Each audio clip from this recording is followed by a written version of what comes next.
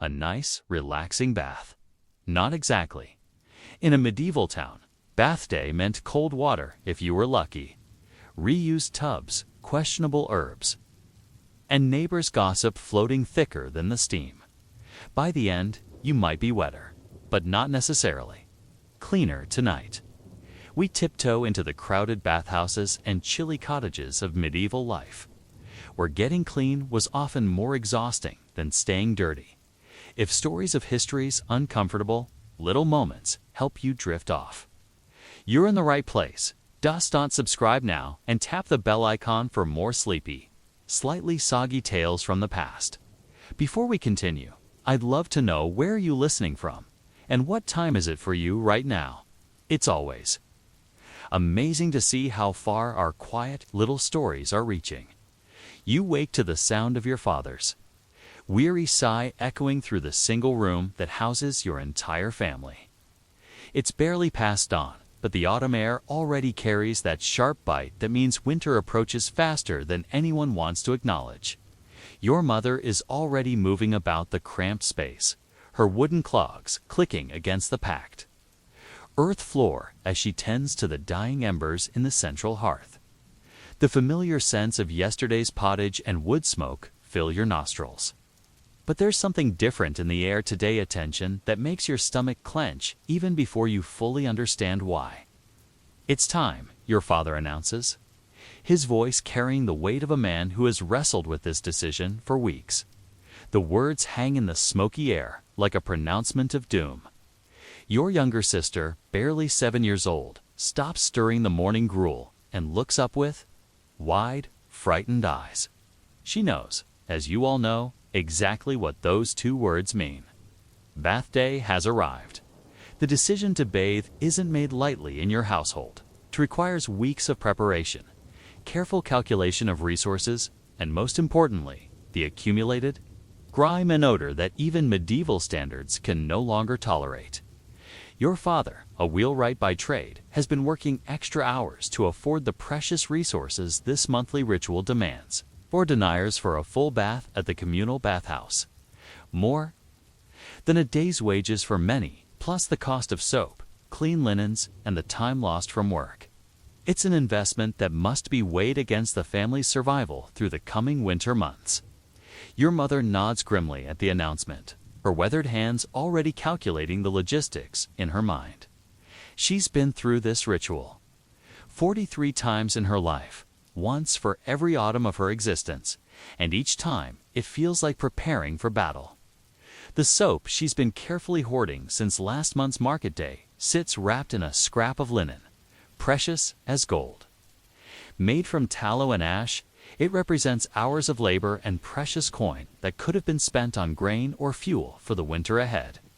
The bathhouse keeper, Gizome, has already sent word through the neighborhood that the weekly heating will begin this afternoon. The great wooden tubs, crafted from oak and sealed with pitch, will be filled with water heated by the fires that burn constantly beneath the stone-lined chambers. The process takes most of the day hauling water from the well, feeding the fires with precious wood, testing the temperature until it reaches that perfect balance between scalding and tepid. That medieval medical wisdom demands as you listen. To your parents discuss the day's plan, you can't help but remember the dire warnings that circle through your community like smoke from a poorly ventilated fire. The physician's assistant who visits your quarter once a month speaks ominously of the humoral balance that bathing disrupts. Water, he claims, opens the pores and allows evil vapors to enter the body. Hot water, while necessary for proper cleansing, also weakens the natural heat that protects against disease. The timing must be perfect, not too close to meals. Not during the dangerous months of summer when corruption spreads through the air. Not during times of personal weakness or illness. Your father has chosen this particular day with the careful deliberation of a military commander planning a siege. The weather has been dry for 3 days, reducing the mud and filth that would otherwise immediately negate the bath's benefits. The moon is in a favorable phase, according to the old woman who reads the signs. Most importantly, winter's full. Grip hasn't yet descended, so the family can still endure the period of vulnerability that follows the opening of the pores. The preparation begins immediately. Your mother dispatches you to gather the herbs that will be essential for the day's ritual. Thyme must be found for its cleansing properties, sage for purification, and if you're fortunate enough to locate some bay leaves to ward off the evil influences that bathing invites. These aren't mere superstitions. They represent centuries of accumulated wisdom about surviving the dangerous practice of washing the entire body. The herbs will be boiled into a strong tea that can be added to the bathwater, providing both fragrance and protection against the spiritual and physical dangers of cleanliness. Your sister is given the task of preparing the family's cleanest garments, though cleanest is a relative term in a household where clothing is worn until it literally falls apart. She carefully examines each piece for tears that might need mending, lice that require picking out, and stains that might be lessened with careful scrubbing. The clothing that will be worn after the bath must be as free from contamination as possible, lest the effort of bathing be immediately undone by donning filthy garments. Meanwhile, your father begins the delicate negotiation with the bathhouse keeper, Guillaume, a man whose livelihood depends on the community's willingness to overcome their natural aversion to bathing. Maintains a careful balance between encouragement and respect for his customers' reasonable fears. He assures your father that the water will be heated to precisely the right temperature, hot enough to open the pores and drive out the accumulated corruption, but not so hot as to weaken the natural defenses of the body. The tubs have been properly cleaned with ash and sand, then blessed by the local priest to ward off demonic influences that might contaminate the bathing water.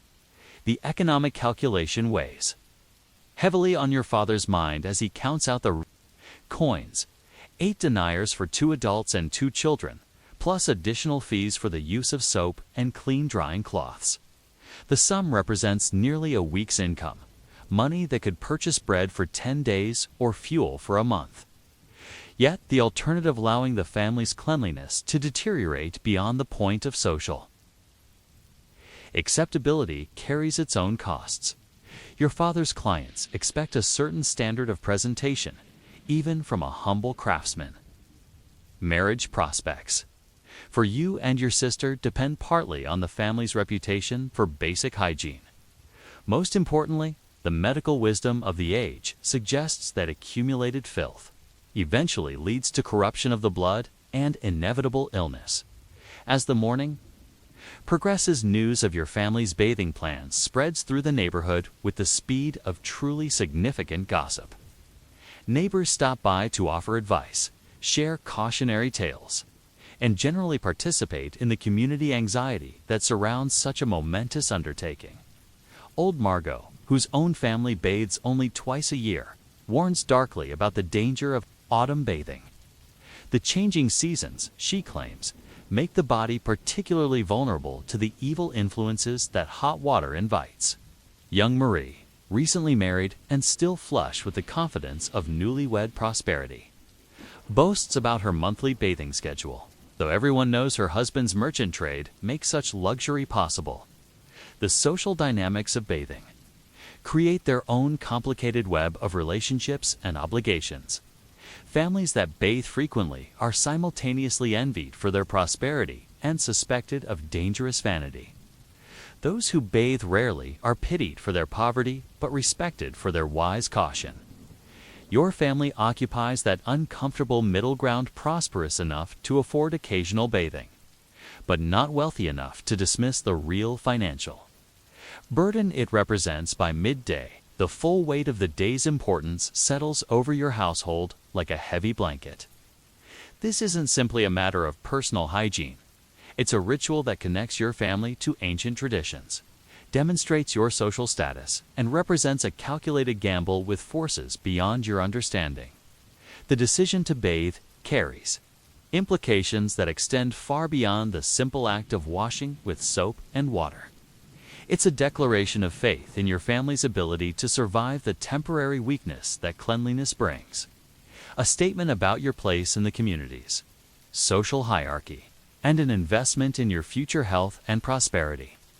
As you watch your mother carefully measure out the precious herbs and your father practice the exact phrases he'll use to negotiate with Gideon, you can't help but wonder why something as simple as getting clean has to be so complicated, so expensive, and so fraught with danger. The answer, as you'll learn over the course of this long day, lies in the complex web of medieval beliefs, economic realities, and social expectations that turn every bath into an ordeal that tests not just your family's hygiene, but your very survival. The afternoon sun casts long shadows across the muddy streets as your family begins the solemn procession toward Guillaume's bathhouse. Your mother walks ahead, carrying the precious bundle of herbs and soap wrapped in the family's second best linen cloth. The small bag of coins jingles softly at your father's belt, each clink a reminder of the substantial investment this afternoon represents. You and your sister follow behind, each carrying a change of clothing that has been aired, beaten, and examined for lice until it achieves the closest approximation to cleanliness that medieval households can manage. The bathhouse stands at the corner of Baker's Lane and Fuller's Row, strategically positioned to share the warmth radiating from Master Thomas's ovens. The practical arrangement benefits both businesses. The baker's constant fires help heat the bathhouse water, while the bathhouse customers often purchase fresh bread to sustain themselves through the lengthy bathing process. The building itself is a study in functional medieval architecture, thick stone walls to retain heat, small windows to prevent drafts, and a steeply pitched roof to shed the rain that would otherwise seep into the delicate interior environment. As you approach the entrance, the distinctive sounds of the bathhouse assault your ears. The creak of wooden buckets being hauled up from the well, the splash of water being poured into the great tubs, the hiss of steam rising from surfaces where hot water meets cold air. Underneath it all, you can hear the low murmur of voices, customers negotiating with Gideon, families discussing their bathing strategies, and the occasional cry of a child who has glimpsed the steaming tubs and realized what awaits. Gideon himself emerges from the steam-filled interior, his face flushed from the heat and his leather apron darkened with moisture. He's a man whose livelihood depends on his ability to balance the community's need for cleanliness against their natural and reasonable fear of the bathing process. His manner combines the confidence of a skilled craftsman with the diplomatic skills of someone who regularly convinces people to undertake activities they'd rather avoid. Master Edmund, he greets your father with the respectful tone due to a paying customer. Your usual requirements today. The phrase carries layers of meaning understood by both parties. Your father nods, confirming that the family will require the full-service heated water, clean tubs, soap, and drying cloths rather than the abbreviated washing that some families choose to minimize both cost and risk. The negotiation that follows resembles a careful dance between merchant and customer, each party aware of their mutual dependence. Gideon needs customers willing to pay premium prices for what many consider a dangerous luxury. Your father needs Gideon's expertise to navigate the complex ritual of bathing safely. The bathhouse keeper runs his finger down a slate, where he keeps track of his customers' preferences and payments, noting the date of your family's last visit and the specific services they typically require. The water is at proper temperature, Gideon assures your father, using the phrase that carries almost medical significance in medieval bathing culture. Too hot, and the water will weaken the body's natural defenses against disease. Too cold, and it will fail to open the pores sufficiently to drive out the accumulated corruption that makes bathing necessary. The proper temperature represents a precise balance that Gideon has learned through years of experience and careful observation of his customers' health outcomes. Your mother steps forward with her bundle of herbs, a ritual as important as any religious ceremony. She unwraps the thyme, sage, and precious bay leaves that will transform ordinary heated water into a medicinal bath. Gizem nods approvingly as he examines the herbs. Their quality will determine not just the fragrance of the bath, but its safety and effectiveness. Inferior herbs might fail to provide the spiritual protection that bathing requires, while contaminated plants could introduce corruption into the very water meant to remove it. The interior of the bathhouse reveals the full complexity of medieval bathing culture. The main chamber houses 6 wooden tubs, each large enough to accommodate a full-grown adult, but small enough to conserve the precious heated water. The tubs are arranged in a careful pattern that maximizes heat distribution, while providing modest privacy for the bathers. Between each tub hangs a curtain of coarse linen that can be drawn to shield the most intimate aspects of the bathing process from public view. Along the walls, Gui has arranged the tools of his trade with the precision of a master craftsman. Wooden buckets in various sizes for hauling and pouring water. Soft cloths for washing and drying. Pumice stones for removing the most stubborn accumulations of dirt and dead skin. Small braziers that can be moved to provide additional heat for particularly delicate bathers. Most importantly, a collection of implements for the bloodletting and minor surgical procedures that many customers require as part of their bathing ritual.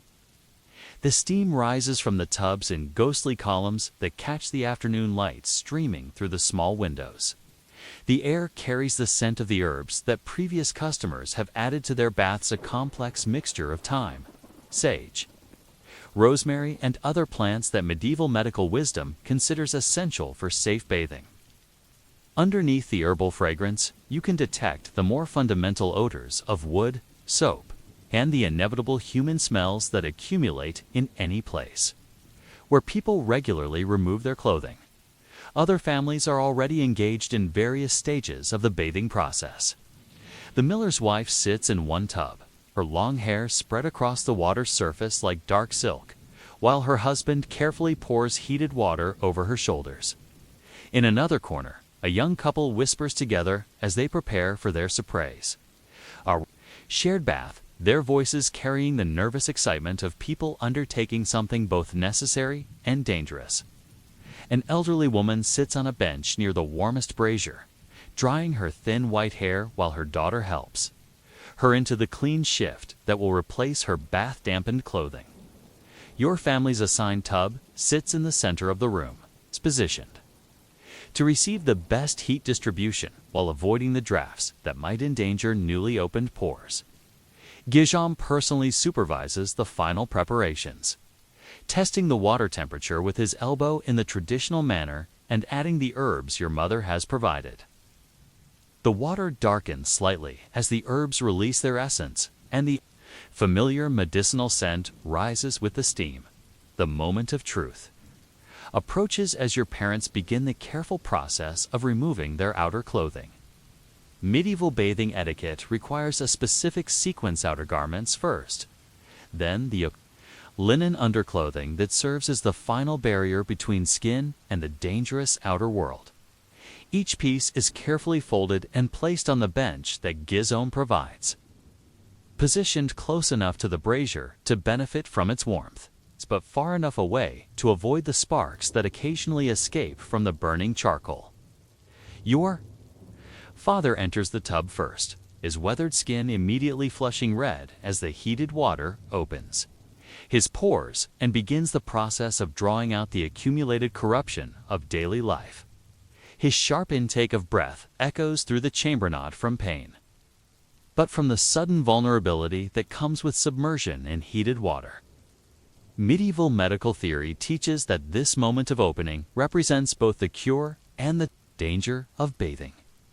The same process that allows the removal of harmful substances also creates pathways for evil influences to enter the body. Your mother follows, her movements careful and deliberate as she settles into the water beside your father. The tub, designed for efficiency rather than comfort, requires them to sit close together, their knees drawn up to conserve both heat and precious water. The intimacy of shared bathing creates its own complex dynamics. Husband and wife must coordinate their movements, share the limited space, and navigate the social implications of nudity, even within the bonds of marriage. As your parents begin the actual process of washing, you observe the careful ritual that transforms simple water and soap into a complex medical and spiritual procedure. Your father uses the soft cloth that Guillaume provides to work the tallow soap into a modest lather, then applies it to his skin with the thorough attention of someone who knows this opportunity will not come again for many weeks. Every surface must be cleaned, not just for hygiene, but because incomplete bathing is considered more dangerous than no bathing at all. The soap itself represents a significant expense and a remarkable technological achievement. Made from rendered animal fat and ash, it transforms the natural oils and dirt that accumulate on human skin into something that can be dissolved and washed away. The process of soap making requires specific knowledge, precise timing, and considerable skill. The soap your family uses today costs nearly a full day's wages and represents the labor of multiple craftsmen. The renderer, who prepared the tallow, the ash burner, who created the alkali, and the soap maker, who combined them into this precious commodity. As the bathing continues, you notice the subtle changes that occur when people submit themselves to this ancient ritual. The rigid postures of daily life begin to relax as the heated water soothes muscles accustomed to constant tension. Conversations become more intimate and personal as the vulnerability of bathing breaks down the social barriers that normally govern interactions. Even the lighting in the chamber seems different, filtered through steam and creating an atmosphere that feels separate from the ordinary world outside. But underneath the apparent relaxation, an undercurrent of anxiety runs through every aspect of the bathing process. Your parents move with the careful attention of people who know they are engaged in something potentially dangerous. The opened pores that allow cleansing also create pathways for disease. The heated water that soothes also weakens. The herbs that protect also change the body's natural balance in ways that must be carefully managed to avoid catastrophic consequences. How long should this process continue? How thoroughly can the body be cleaned before the benefits of bathing are outweighed by its risks? What signs should be watched for that indicate the bath has achieved its purpose and should be concluded before any harm occurs? These questions hover over every moment of the bathing process, turning what should be simple pleasure into a complex medical and spiritual calculation that will determine your family's health and safety for the weeks to come. The conclusion of the bathing ritual proves more complex and fraught with danger than its beginning. As your parents emerge from the tub, their skin flushed red and steaming in the cool air of the bathhouse, the true challenge of medieval bathing begins. The opened pores that have allowed the removal of accumulated corruption now represent pathways through which evil influences can enter the body. The weakened state produced by hot water and the disruption of natural humoral balance creates a period of vulnerability that must be carefully managed to avoid catastrophic consequences. Guillaume moves with practiced efficiency to wrap your parents in the heavy linen cloths that serve as both towels and protective barriers. The fabric itself has been specially prepared, boiled with herbs to ensure cleanliness, then dried near the fire to achieve the proper temperature. Medieval medical wisdom teaches that the transition from hot water to cool air represents the most dangerous moment of the entire bathing process. The body, relaxed and opened by heat, must be gradually returned to its normal state without allowing harmful influences to penetrate the temporarily defenseless skin. Your mother shivers despite the warmth radiating from the nearby braziers, her body responding to the dramatic change in temperature and humidity. The chattering of her teeth echoes through the steam-filled chamber, a sound that represents not just physical discomfort, but genuine danger. Medieval physicians warn that the period immediately following a bath requires the most careful attention.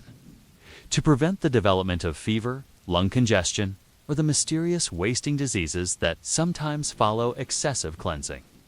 The process of drying and dressing becomes a medical procedure in its own right. Guillaume produces a selection of soft cloths made from different materials: coarse linen for removing excess moisture, fine cotton for the more delicate work of absorbing water from hair and sensitive skin, and wool treated with herbs for the final stage of warming and protection. Each cloth serves a specific purpose in the complex ritual of returning the body to its normal, protected state. Your father's hands shake as he reaches for his clean undergarments, and you notice how the simple act of bathing has transformed him from a robust craftsman into someone who appears almost elderly in his weakness. The temporary debilitation that follows thorough washing represents one of the fundamental contradictions of medieval hygiene. The very process that removes corruption also removes the body's natural defenses against future contamination. As your parents dress in their carefully prepared clothing, Guillaume begins the process of cleaning and preparing the tub for the next customers. The water, now cloudy with soap and the accumulated grime of two adult bodies, must be completely removed and replaced. The wooden tub itself requires scrubbing with sand and ash to remove any residue that might contaminate future bathers. The cloths and implements used in the bathing process must be washed, dried, and sometimes boiled to ensure they carry no corruption forward to the next customers. The economic reality of the day's expenditure becomes fully apparent as your father settles accounts with Guillaume. 8 deniers for the use of the tub and heated water, plus additional fees for soap, herbs, and clean cloths. The total represents nearly a week's income for a skilled craftsman, and several weeks' wages for the laborers who make up the majority of medieval society. The cost explains why most families bathe only monthly at most, and why many choose to limit their washing to hands and face throughout their lives, but the expense extends beyond the immediate payment to Guillaume. The herbs your mother gathered represents several hours of labor and the knowledge of which plants provide the necessary protection. The clean clothing your family will wear home required additional washing, mending, and preparation. Most significantly, the day lost to bathing represents income that will never be recovered. Your father's workshop stands idle while he undergoes this lengthy ritual, and the wheels that should have been repaired today will have to wait until tomorrow. The walk home from the bathhouse reveals another layer of medieval bathing culture: the social dynamics that surround newly clean people. Neighbors peer from doorways and windows, noting your family's flushed skin and damp hair as evidence of their recent bathing. Some nod approvingly, recognizing the investment in health and social standing that bathing represents. Others mutter darkly about the dangers of excessive cleanliness and the pride that leads people to risk their health for the sake of appearance. Your sister, perhaps too young to fully understand the social implications of cleanliness, skips along the muddy street with obvious pleasure in her clean skin and fresh clothing. But you notice how carefully your parents move, avoiding the puddles and mud patches that would immediately negate the afternoon's expensive efforts. The clean clothing they wear represents not just the immediate benefits of bathing, but the ongoing challenge of maintaining cleanliness in a world where dirt and each contamination are constants of daily life. The evening meal takes on special significance. After a day of bathing, your mother prepares a simple but nourishing stew, using ingredients chosen specifically for their warming and strengthening properties. Medieval medical theory teaches that the weakened state following a bath requires careful attention to diet. Foods that will restore the body's natural heat and balance without overwhelming the temporarily delicate digestive system. As your family settles around the hearth for the evening, the full impact of the day's ritual becomes apparent. The clean clothing feels strange against skin that has been thoroughly washed for the first time in weeks. The absence of the familiar odors that normally surround your family creates an almost disorienting sense of change. Even the way food Tastes seems different when consumed by people whose sense of smell has been cleared by hot water and soap. Your father examines his hands in the firelight, noting how the careful removal of accumulated grime has revealed cuts and calluses that were previously hidden beneath layers of dirt and oil. The cleanliness that exposes these minor injuries also makes them more vulnerable to infection. Another of the complex trade-offs that make bathing such a complicated decision in medieval life. The conversation around the fire inevitably turns to the question that hovers over every bathing day: how long will it be before this process must be repeated? The answer depends on a complex calculation involving the family's economic situation, the seasonal appropriateness of bathing, the accumulation of dirt and odor, and the social expectations of their community. Two frequent bathing risks, both financial ruin and physical harm from excessive exposure to hot water. Two infrequent bathing risks, social ostracism, and the health problems that come from accumulated filth. Your mother begins planning for the next bathing day, even as she recovers from this one. The soap must be carefully conserved, protected from moisture and vermin that might contaminate it before its next use. Herbs must be gathered and dried during the appropriate seasons to ensure their availability when needed. Most importantly, coins must be saved to afford the next round of payments to Gizem and the other craftsmen, whose services make bathing possible. As the evening progresses and your family prepares for sleep, the immediate effects of bathing become more apparent. The clean clothing feels both luxurious and strange against skin that has been thoroughly scrubbed. The absence of familiar odors creates an almost disorienting sense of change. Even the simple act of lying down to sleep feels different when performed by a clean body on clean bedding. But underneath the temporary pleasure of cleanliness, the anxiety of vulnerability remains. The medieval understanding of health and illness teaches that the period following a bath represents a time of particular danger. The opened pores and weakened defenses that made cleansing possible also create opportunities for disease to enter the body. The days and weeks following a bath require careful attention to diet, rest, and protection from the elements to ensure that the benefits of cleanliness are not outweighed by the risks of temporary weakness as you drift off to sleep. You can't help but reflect on the complexity of something as simple as getting clean. In a world where hot water is a luxury, soap is precious, and medical knowledge warns of the dangers inherent in washing. The decision to bathe represents a calculation that balances immediate needs against long-term risks, individual comfort against family resources, and social expectations against personal safety. Tomorrow will bring the gradual return of dirt and odor that makes bath day inevitable. But tonight, your family sleeps with the temporary satisfaction of cleanliness and the lingering anxiety of wondering whether the price they've paid, money, time, and risk will prove worthwhile in the months to come. You push through the heavy oak door of Master Henry's bathhouse just as the church bells chime none, marking the afternoon hour when the establishment reaches its daily peak of activity. The assault on your senses is immediate, and overwhelming steam rises from multiple wooden tubs like morning mist, carrying with it the complex mixture of human sweat, herbal infusions, and the acrid smoke from the charcoal braziers that keep the water at precisely the right temperature. The cacophony of voices creates a symphony of medieval social interaction, merchants haggling over the quality of soap, wives gossiping about their neighbors' bathing habits, and children crying as they face the prospect of submersion in hot water as the newest member of the Blacksmiths Guild. You've recently achieved the social status that makes regular bathing not just possible, but expected. The Guild's regulations specify that members must bathe at least once each fortnight, requirement that serves multiple purposes beyond simple hygiene. Clean Guild members reflect well on the organization's reputation, reducing the risk that prospective customers will associate metalworking with excessive filth. More importantly, the requirement ensures that guild meetings maintain a minimal standard of tolerability when 20 or 30 craftsmen gather in a small room to discuss business.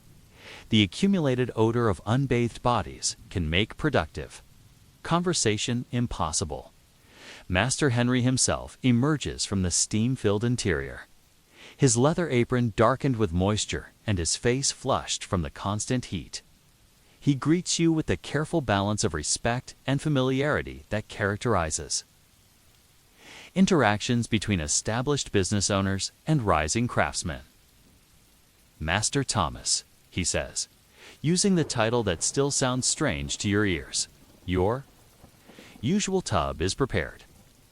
The phrase carries implications that extend far beyond its simple meaning. The usual tub represents your assigned place in the complex social hierarchy that governs every aspect of bathhouse life.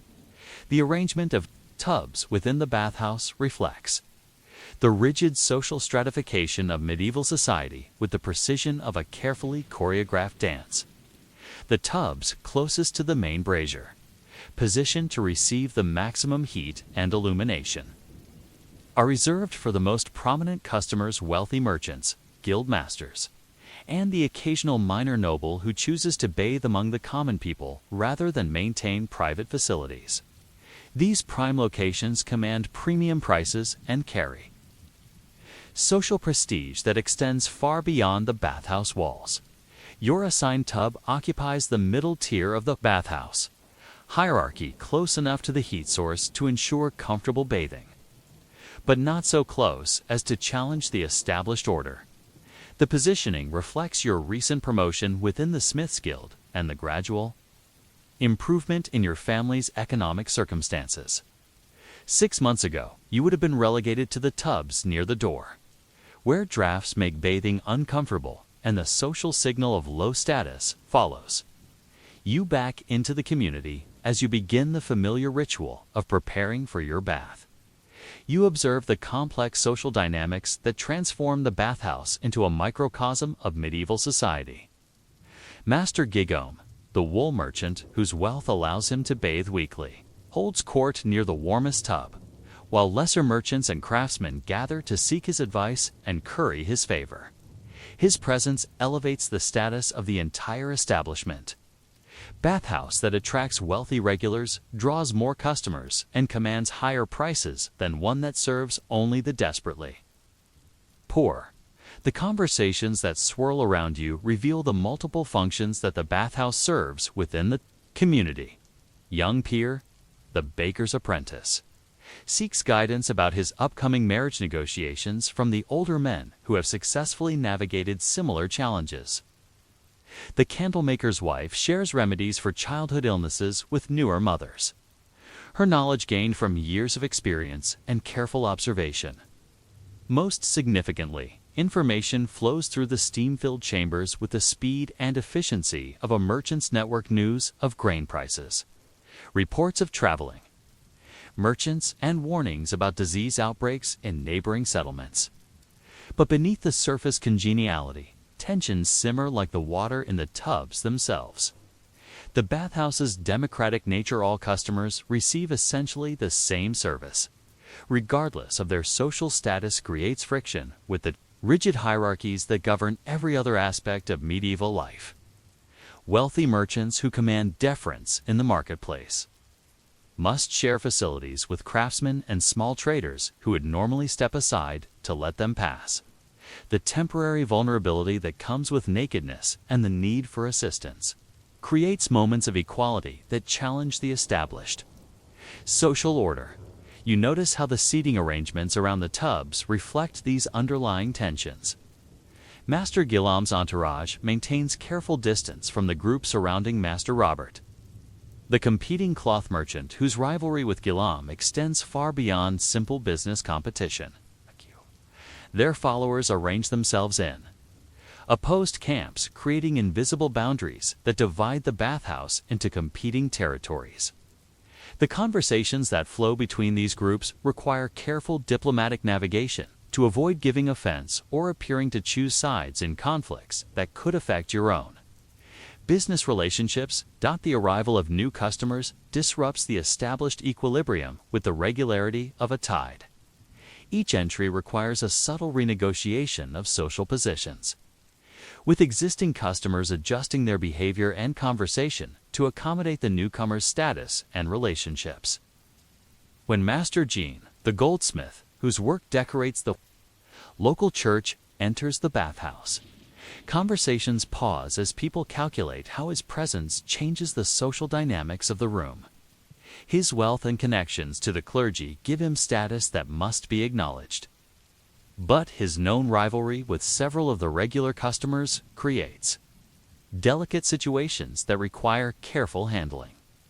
The bathhouse staff navigate these complex social currents with the skill of experienced diplomats.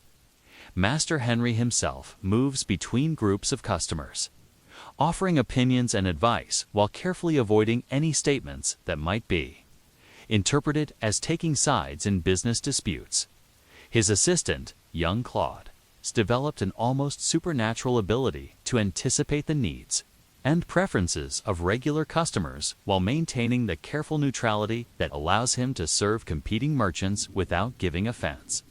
The economics of bathhouse operation create their own social pressures.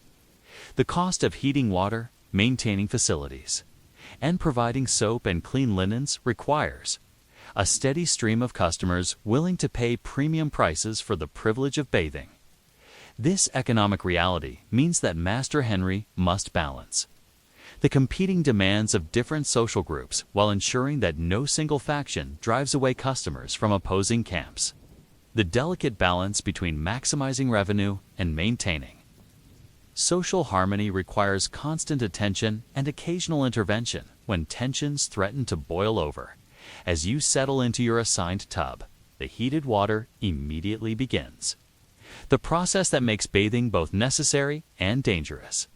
The opening of pores allows the removal of accumulated grime and corruption, but also creates pathways through which disease and evil influences can enter the body.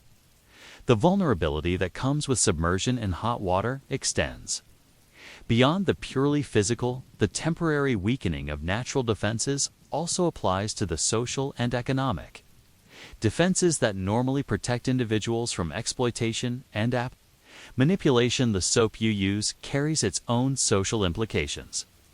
The quality and scent of bathing soap communicate information about your economic status and social aspirations as clearly as the clothing you wear or the tools you carry. The fine soap made from olive oil and imported herbs that Master Guillaume uses announces his wealth and sophistication to everyone within scenting distance. Your own soap, made from local tallow and ash, but scented with thyme and sage, represents the careful balance between economy and respectability that characterizes your position in the social hierarchy. The process of washing becomes a performance observed and evaluated by the other customers. The thoroughness of your cleaning, the efficiency of your movements, and your ability to maintain dignified composure while naked and vulnerable all contribute to the impression you make on potential customers, business partners, and social connections.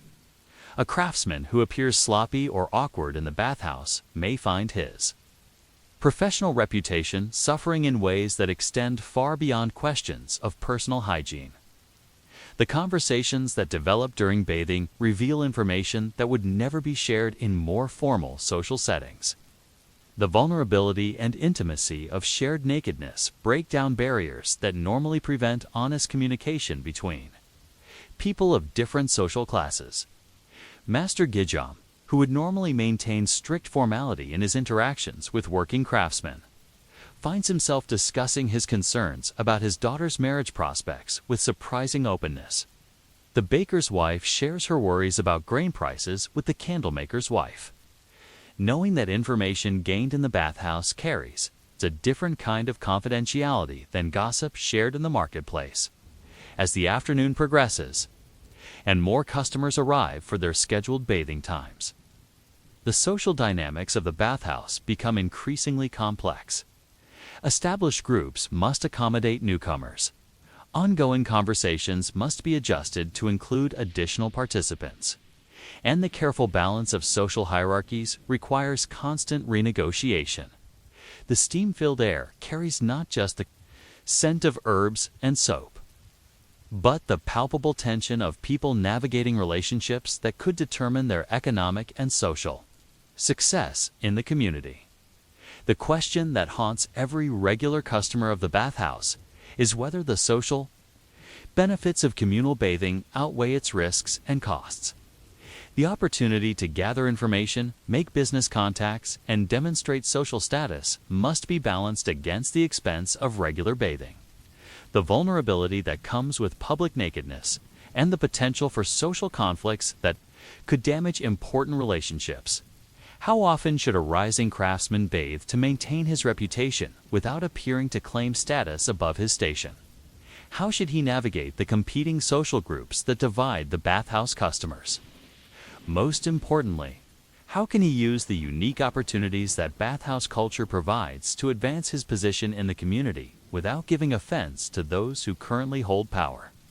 The afternoon light filters through the small windows of Master Henry's bathhouse, casting dancing shadows across the steam-filled chamber as the most delicate phase of communal bathing begins. You've learned through careful observation that the first hour of bathing establishes social positions. But the second hour reveals the true power dynamics that govern not just the bathhouse, but the entire community. The arrival of Master Edmund, the grain merchant whose wealth rivals that of minor nobility, transforms the bathhouse atmosphere as surely as dropping a stone into still water creates ripples that reach every shore. Master Edmund's entrance requires a carefully choreographed response from every person in the chamber. Conversations pause mid-sentence as customers calculate how his presence affects their ongoing negotiations and alliances. The tub that had been reserved for Master Guillaume suddenly seems less prestigious when Edmund's superior wealth demands acknowledgement. Henry himself appears with unusual promptness, bowing with the deep respect due to a customer whose single payment could cover the bathhouse's operating costs for an entire week. You watch with fascination as the social geography of the bathhouse reshapes itself around Edmund's presence. Master Guillaume, who moments before had been holding court like a medieval king, now finds himself in the position of a courtier seeking favor from a superior. The cloth merchant's carefully cultivated air of authority evaporates in the face of Edmund's genuine economic power, revealing the fragile nature of social hierarchies based on anything less than overwhelming wealth. The grain merchant's bathing ritual becomes a performance that everyone in the chamber observes with the attention normally reserved for religious ceremonies. His soap, imported from the Mediterranean and scented with exotic herbs that most customers have never encountered, fills the air with fragrances that speak of trade routes extending far beyond the local market. The cloths used to dry his skin are made from linen so fine that it rivals the fabric used for altar cloths in the local church. Most significantly, his casual dismissal of the cost considerations that govern every other customer's bathing decisions demonstrates a level of wealth that places him almost beyond the normal constraints of medieval economic life. But Edmund's presence also reveals the limitations of wealth in the intimate democracy of the bathhouse. Despite his superior economic status, he must submit to the same physical vulnerabilities as every other customer. The hot water opens his pores with the same potential for danger. The steam weakens his natural defenses in identical ways, and the temporary debilitation that follows thorough washing affects him as much as any peasant. The shared human frailty that bathing exposes creates moments of equality that even vast differences in wealth cannot entirely overcome. The conversations that develop around Edmund's tub reveal the complex ways that bathhouse culture facilitates business relationships that would be difficult to establish in more formal settings. Young merchants and craftsmen who would never gain access to the grain merchant in his counting house find themselves sharing adjacent tubs, where the informal atmosphere makes conversation possible. The vulnerability and intimacy of communal bathing break down barriers that normally separate social classes, creating opportunities for ambitious individuals to make impressions that could transform their economic prospects. You notice how Master Henry manages these delicate social dynamics with the skill of a diplomat navigating between competing kingdoms. His attention to Edmund must be obvious enough to satisfy the grain merchant's expectation of deference, but not so exclusive as to alienate the other customers whose regular patronage sustains the business. The bathhouse keeper's comments and observations must acknowledge the various hierarchies present in the chamber, while avoiding any statements that might be interpreted as favoritism or disrespect. The arrival of women customers adds another layer of complexity to the bathhouse's social dynamics. Dame Margaret, the widow of a prosperous wine merchant, commands respect both for her wealth and for her delicate position as a woman operating independently in a male-dominated economic system.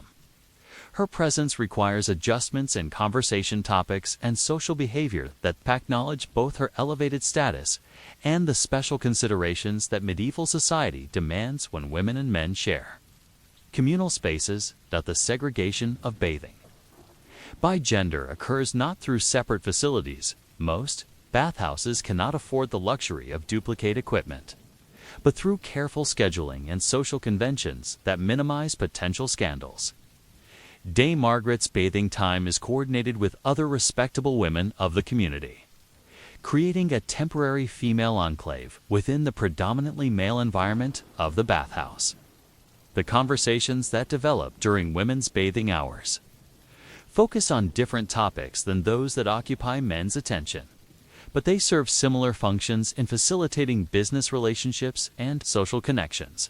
The complex etiquette that governs mixed-gender bathing when circumstances require it reveals the sophisticated social codes that medieval communities developed to manage potentially dangerous situations. When Dame Margaret's schedule conflicts with the men's bathing hours, elaborate protocols ensure that proper behavior is maintained. Curtains are arranged to provide additional privacy. Conversations are modulated to avoid topics that might give offense, and the physical positioning of tubs is adjusted to minimize inappropriate contact or observation. The economic implications of these social dynamics extend far beyond the immediate cost of bathing services. The relationships formed and maintained in the bathhouse directly influence business opportunities, marriage negotiations, and social advancement throughout the community. A craftsman who successfully navigates the complex social currents of communal bathing may find himself invited to participate in business ventures that would otherwise remain beyond his reach. Conversely, a poorly judged comment or inappropriate behavior in the intimate atmosphere of the bathhouse can damage relationships that take years to repair. The information that flows through the bathhouse creates its own form of currency that savvy customers learn to collect and deploy strategically. Master Guillaume's casual mention of grain shortages in neighboring regions provides valuable intelligence to those who trade in foodstuffs. Dame Margaret's observations about fashion trends in the regional capital offer insights that cloth merchants and tailors can use to adjust their inventory. The seemingly casual gossip that accompanies communal bathing often contains information that could influence investment decisions, marriage arrangements, and political alignments. As the afternoon progresses, you observe how the temporary community created by shared bathing begins to fragment as customers complete their washing and prepare to return to the ordinary world outside.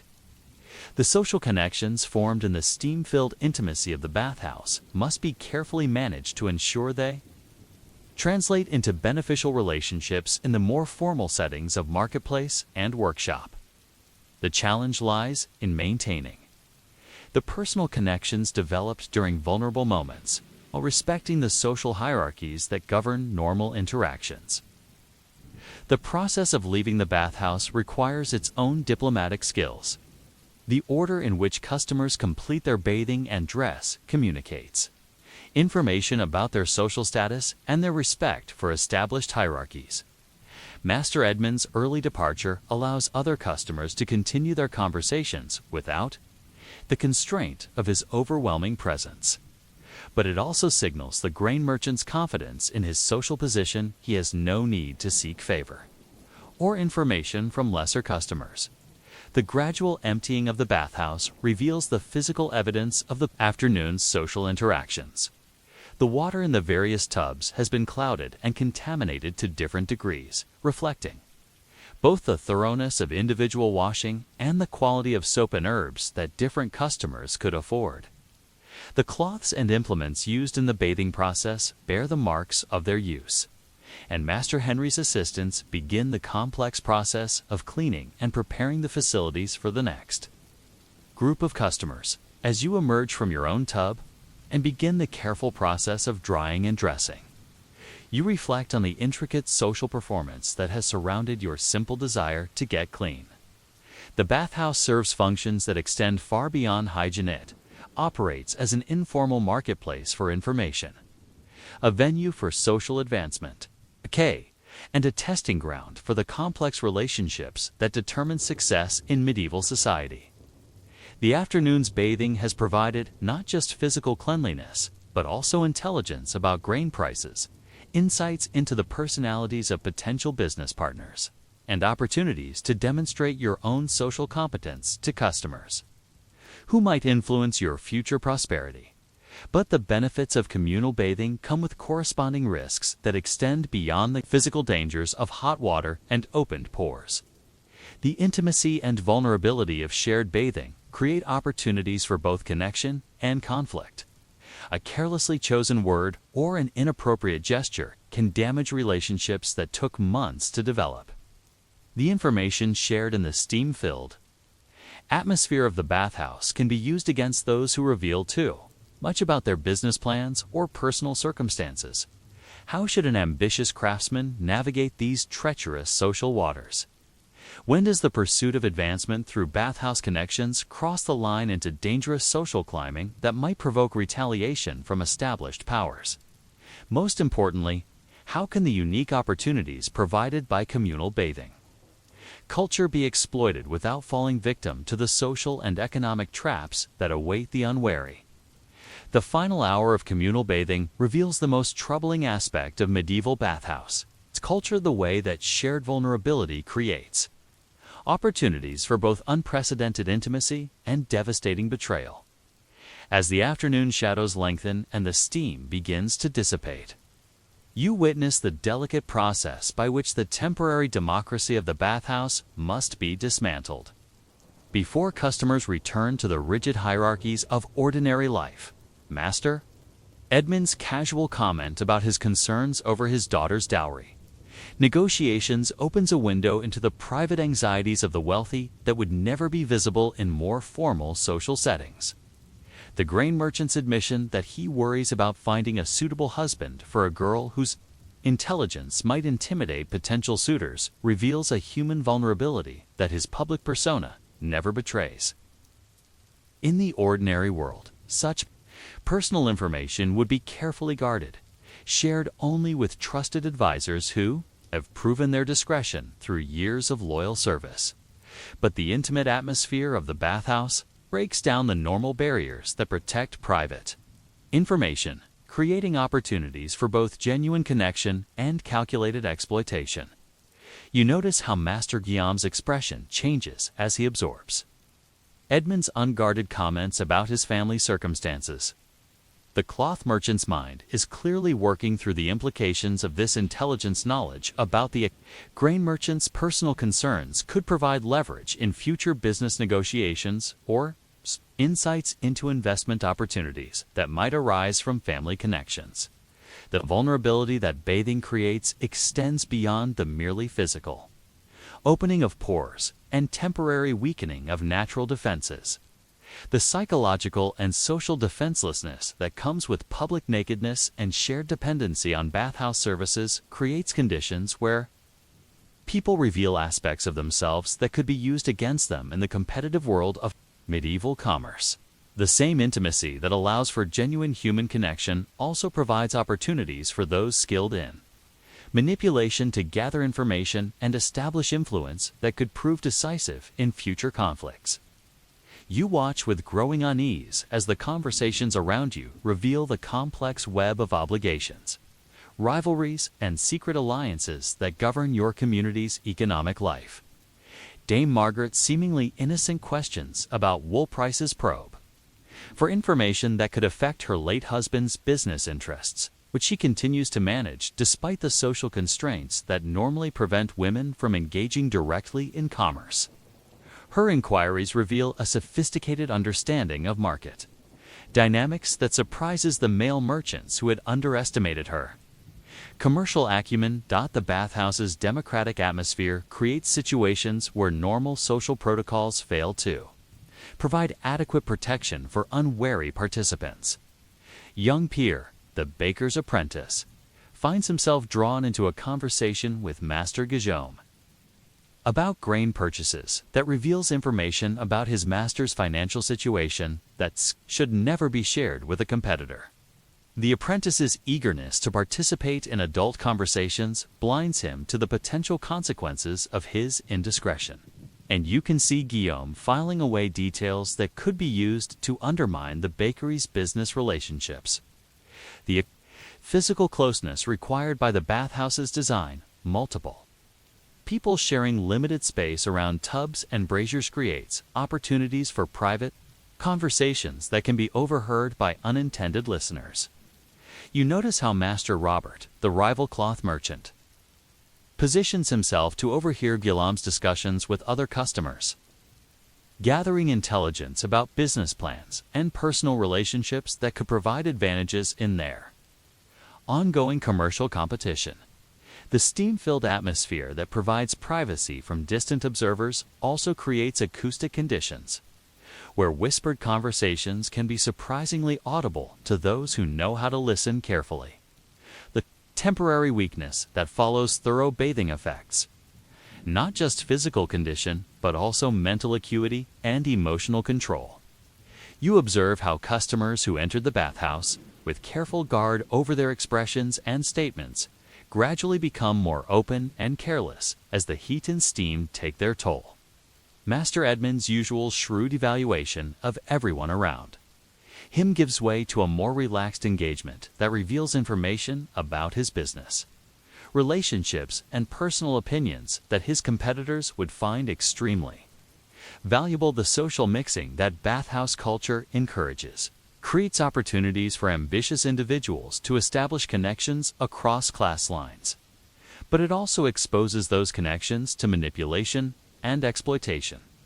The young apprentices and journeymen who gain access to wealthy merchants during communal bathing may find themselves used as sources of information about their master's business plans, family circumstances, and financial vulnerabilities.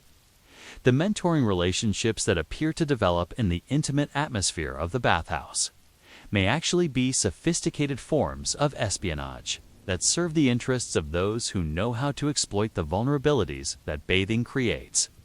The gradual conclusion of the bathing process requires careful management to ensure that the relationships and information exchanges that occurred during the vulnerable period of communal washing are properly contained and controlled. Master Henry's role extends beyond simple facility management to include the diplomatic challenge of helping customers transition from the intimate democracy of shared bathing back to the formal hierarchies of ordinary social interaction. The bathhouse keeper's casual comments and observations help customers gauge how their behavior during bathing might be interpreted by others and adjust their future interactions accordingly. The process of dressing and preparing to leave the bathhouse becomes a delicate negotiation where customers must signal their return to normal social roles while maintaining the personal connections that made the bathing experience valuable.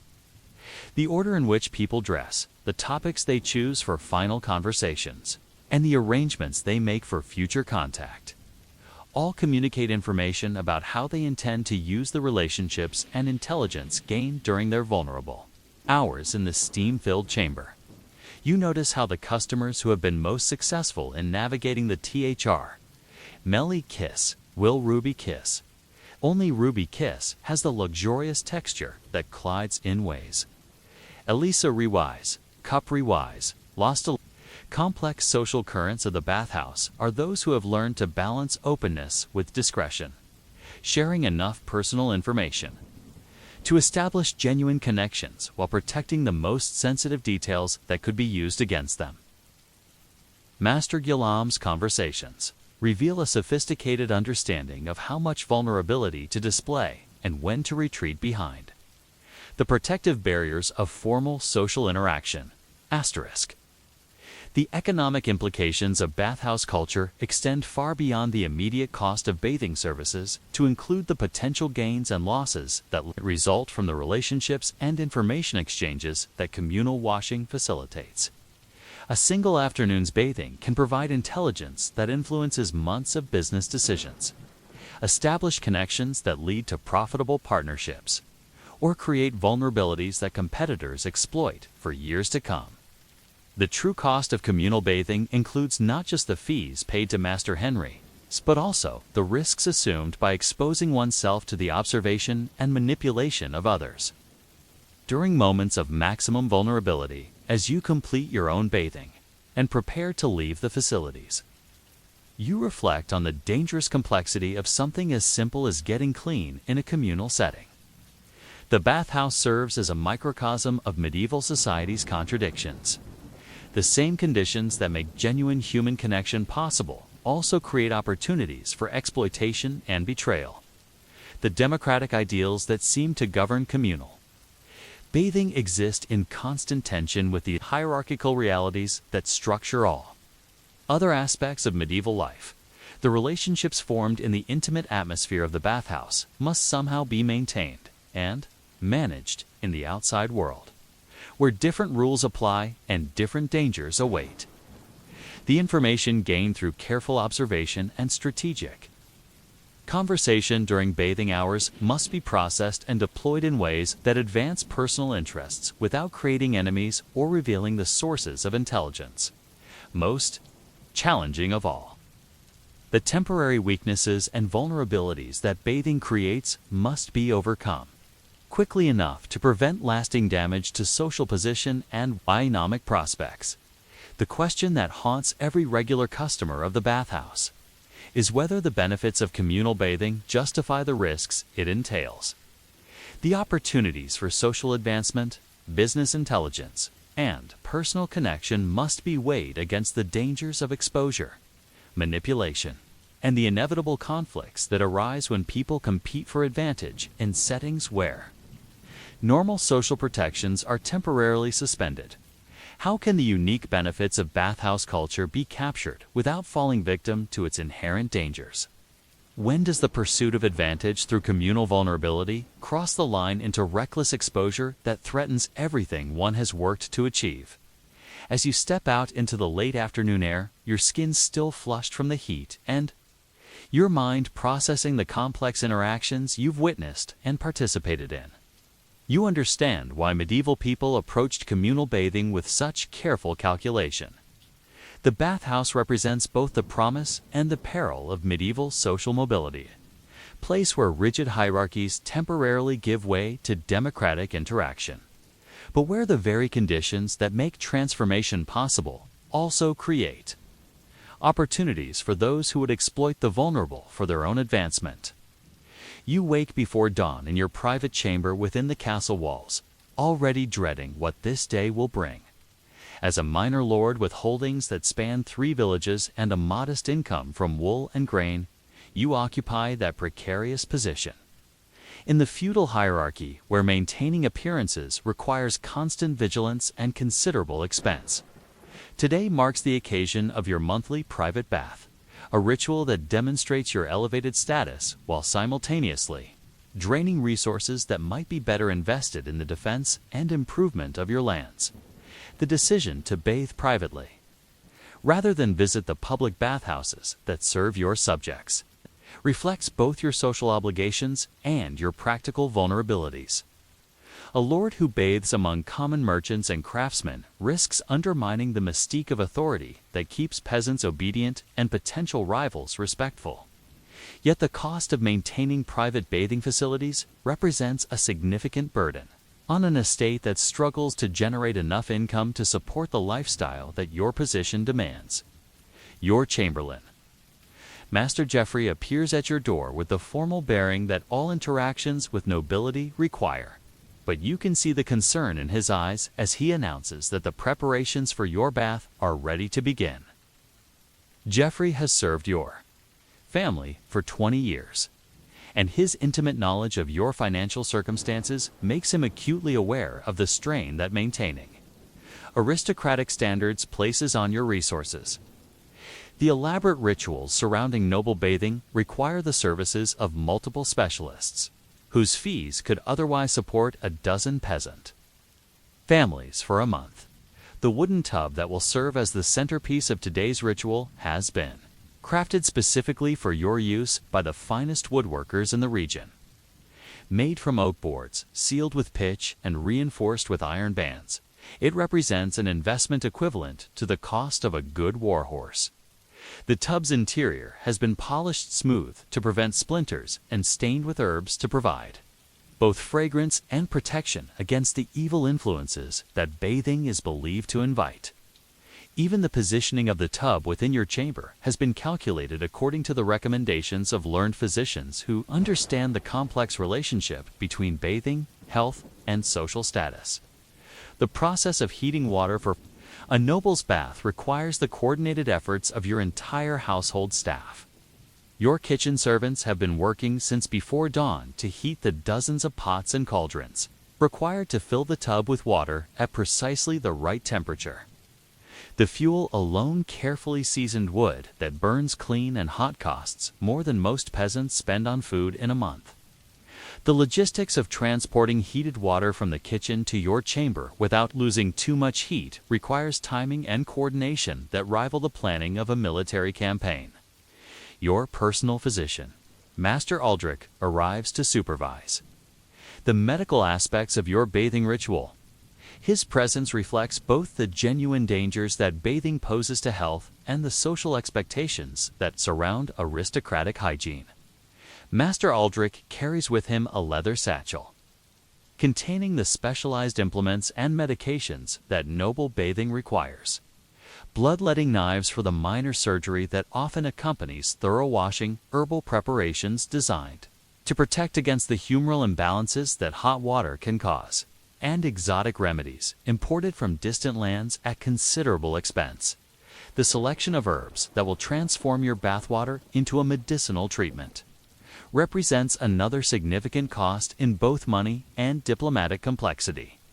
The finest bathing herbs, Mediterranean lavender, Eastern rosemary, and precious rose petals must be imported through merchant networks that stretch across Europe and beyond. The political implications of these trade relationships mean that your choice of bathing herbs communicates information about your diplomatic alliances and economic connections to anyone sophisticated enough to interpret the signals. Your body. Servant Thomas begins the delicate process of preparing you for the bathing ritual. Unlike the hasty undressing that characterizes common bathing, the removal of aristocratic clothing requires careful attention to the complex layers of garments that distinguish noble dress from peasant simplicity.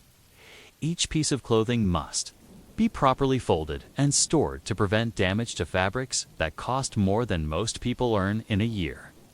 The linen undergarments that rest against your skin have been specially prepared with herbs and blessing to provide protection against the spiritual dangers that bathing invites.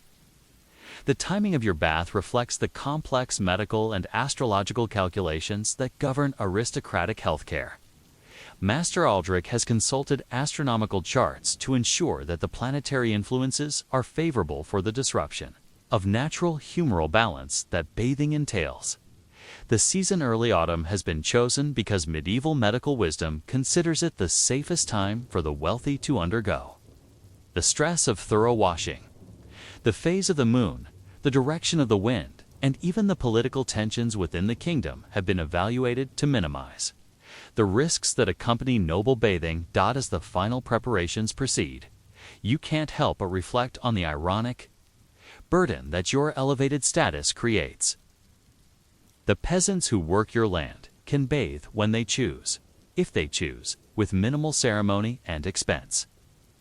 Their social position protects them from the expectations that make every aspect of aristocratic life a performance observed and judged by potential allies and enemies. Your bath, by contrast, must demonstrate not just personal cleanliness, but political stability, economic prosperity, and cultural sophistication that justifies your position in the feudal hierarchy. The servants who will assist in your bathing have been carefully selected for their discretion and loyalty. The intimate nature of noble bathing creates opportunities for servants to observe weaknesses and vulnerabilities that could be exploited by rivals or enemies. Thomas, your body servant, knows your physical condition better than your own family. Members, he can assess your health, evaluate your emotional state, and observe the stress that political pressures place on your body. This knowledge makes him simultaneously invaluable and dangerous, requiring constant management to ensure his continued loyalty. The bathing chamber itself has been prepared with the attention to detail that every aspect of noble life demands. Tapestries have been hung to prevent drafts that might endanger your opened pores. Braziers have been positioned to maintain optimal temperature throughout the lengthy ritual. And guards have been posted to ensure that the privacy essential to aristocratic dignity is maintained. The cost of this elaborate preparation exceeds the annual income of most of your subjects. Yet failing to maintain proper standards would invite questions about your fitness to rule that could threaten your family's position for generations. The soap that will cleanse your noble skin represents another intersection of luxury and necessity that characterizes aristocratic life. Made from the finest olive oil and scented with imported spices, it costs more per ounce than silver. Yet the choice of soap communicates important information about your wealth, your cultural sophistication, and your connections to international trade networks. A lord who uses inferior soap signals weakness and poverty that enemies can exploit, while soap that is too elaborate suggests wasteful extravagance that undermines political support. Master Geoffrey approaches with the final item required for your bath, a goblet of wine specially prepared with herbs and spices that will fortify your body against the weakening effects of hot water. The wine itself comes from vineyards that your family has maintained for generations, but the medicinal herbs have been imported at considerable cost from regions where the climate and soil produce plants with the specific properties that noble bathing requires. The preparation of this medicinal wine has occupied your household physicians for days, as they carefully balance the various ingredients to provide maximum protection against the dangers that bathing entails. As you survey the elaborate preparations that surround your monthly bath, you understand why many nobles choose to bathe as infrequently as possible. The cost in money, time, and human resources could be used for improvements to your lands, investments in trade ventures, or the military. Preparations that your political position requires.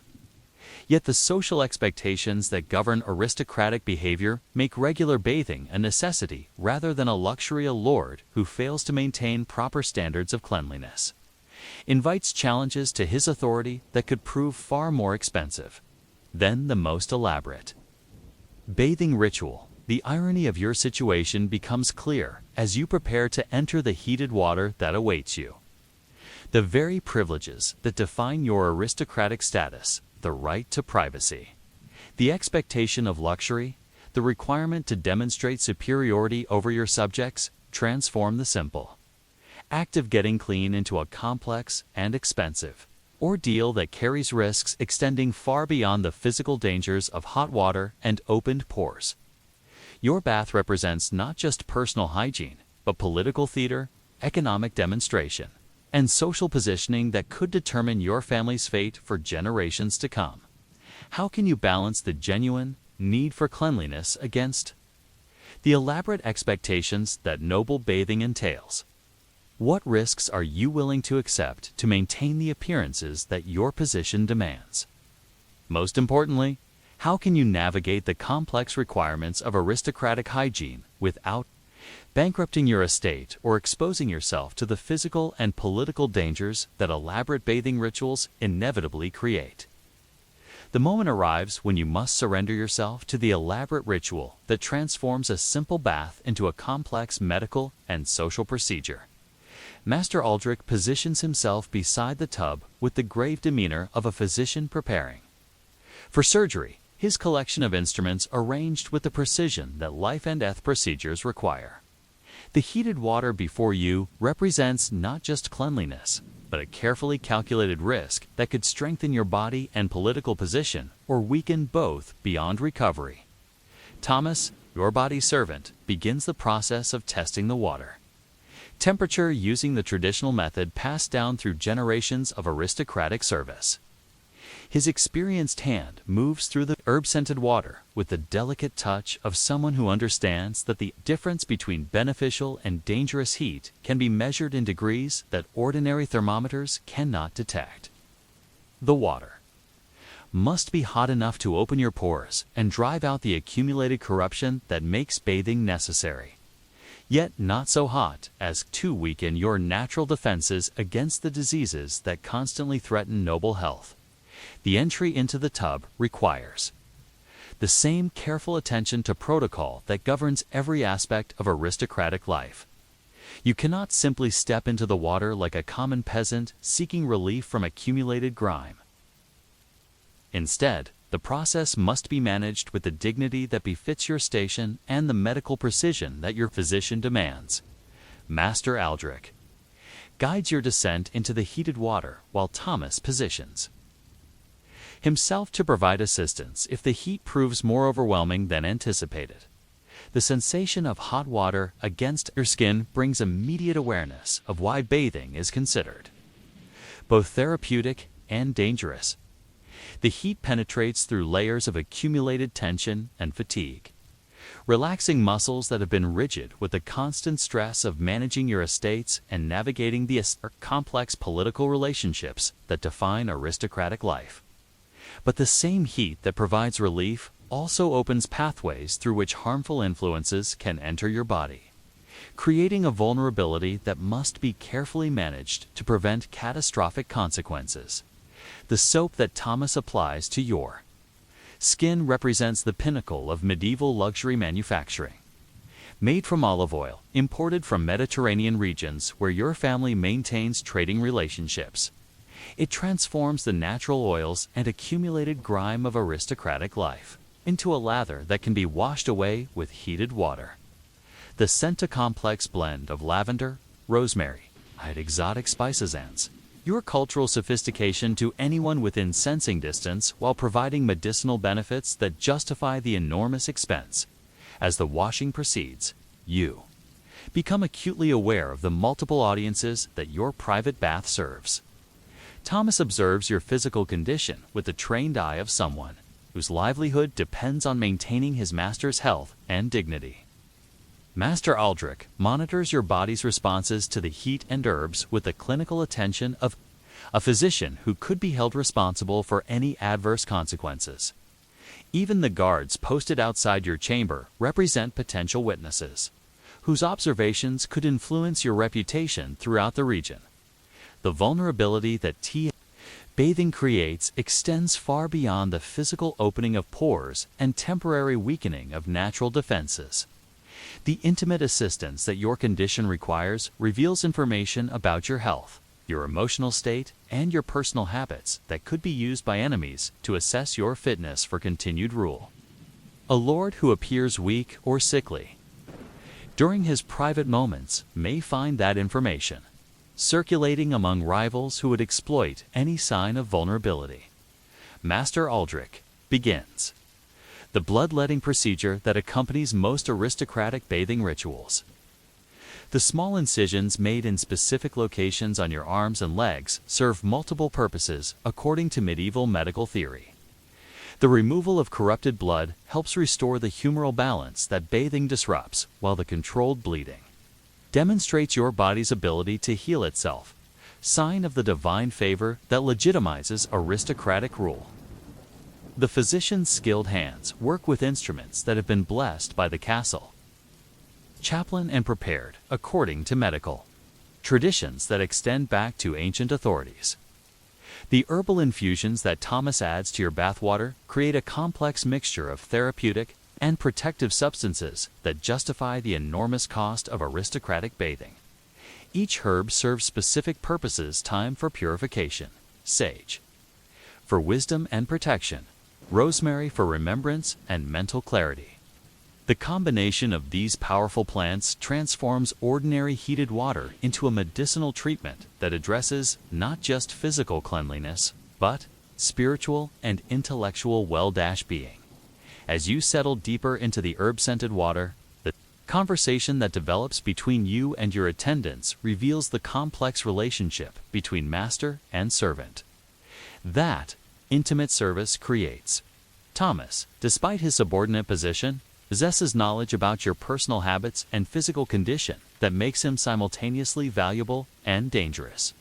His observations about your health, his insights into your emotional state, and his access to your most private moments create a relationship that transcends the simple hierarchy of noble and servant. Master Aldrich uses the opportunity provided by your relaxed state to discuss the political implications of your health and appearance. The physician's recommendations about diet, exercise, and future bathing schedules reflect not just medical concerns, but political calculations about how your physical condition affects your ability to maintain authority over your subjects and defend your position against rival nobles.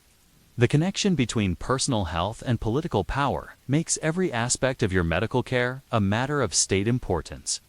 The process of washing your hair requires its own specialized techniques and expensive materials. The soap used for your scalp differs from that applied to your body, containing additional herbs that are believed to strengthen the mind and improve the clarity of thought that effective rulership requires. The water used for rinsing has been specially prepared with rose petals and other flowers that provide both fragrance and the protective qualities that help maintain the divine aura that surrounds legitimate authority. The gradual cooling of the bathwater creates a natural timeline that prevents the excessive exposure to heat that could prove dangerous to aristocratic health. As the temperature drops, your body's natural defenses begin to reassert themselves, closing the pores that allowed cleansing while restoring the protective barriers that shield you from harmful influences. The timing of this transition requires careful attention from both physician and servant to ensure that the benefits of bathing are maximized, while its risks are minimized. The conversation that develops during the later stages of bathing reveals information about your households, operations, and your personal concerns that would never be shared in more formal settings.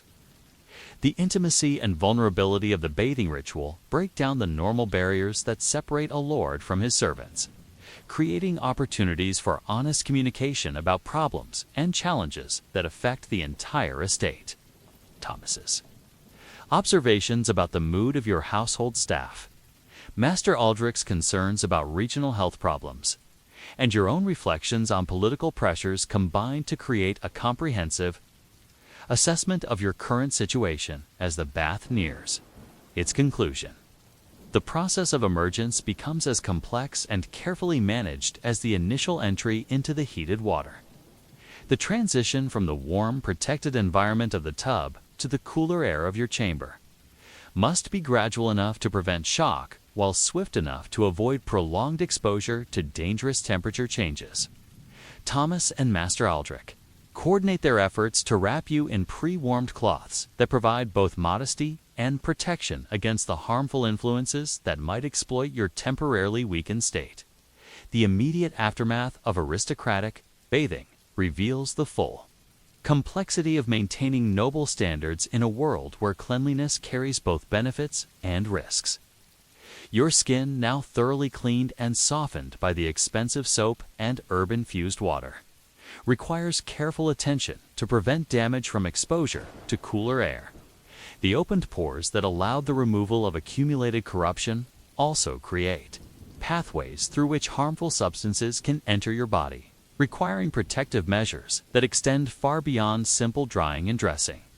The clothing that you will wear after bathing has been specially prepared to complement and protect the cleanliness that the elaborate ritual has achieved. The linen undergarments have been washed with herbs and blessed by the castle chaplain to provide spiritual protection against the evil influences that bathing invites.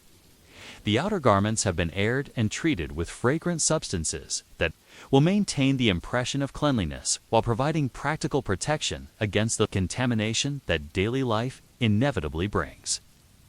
But even as you emerge from the tub clean and refreshed, the question remains whether the enormous cost and risk of aristocratic bathing justify the benefits it provides.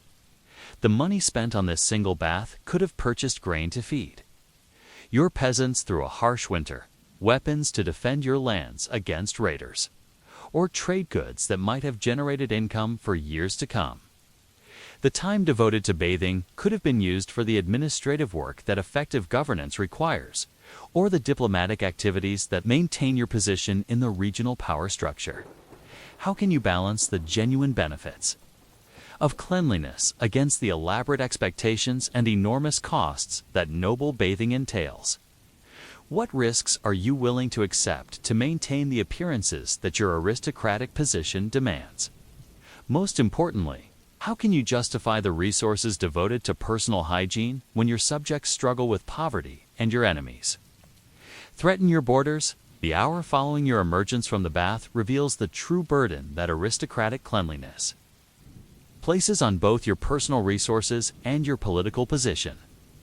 As Thomas carefully dries your skin with cloths that have been warmed by the brazier and scented with herbs that cost more than most peasants earn in a season, you can't escape the irony that something as simple as getting clean has become one of the most expensive and complicated aspects of maintaining your noble status. Master?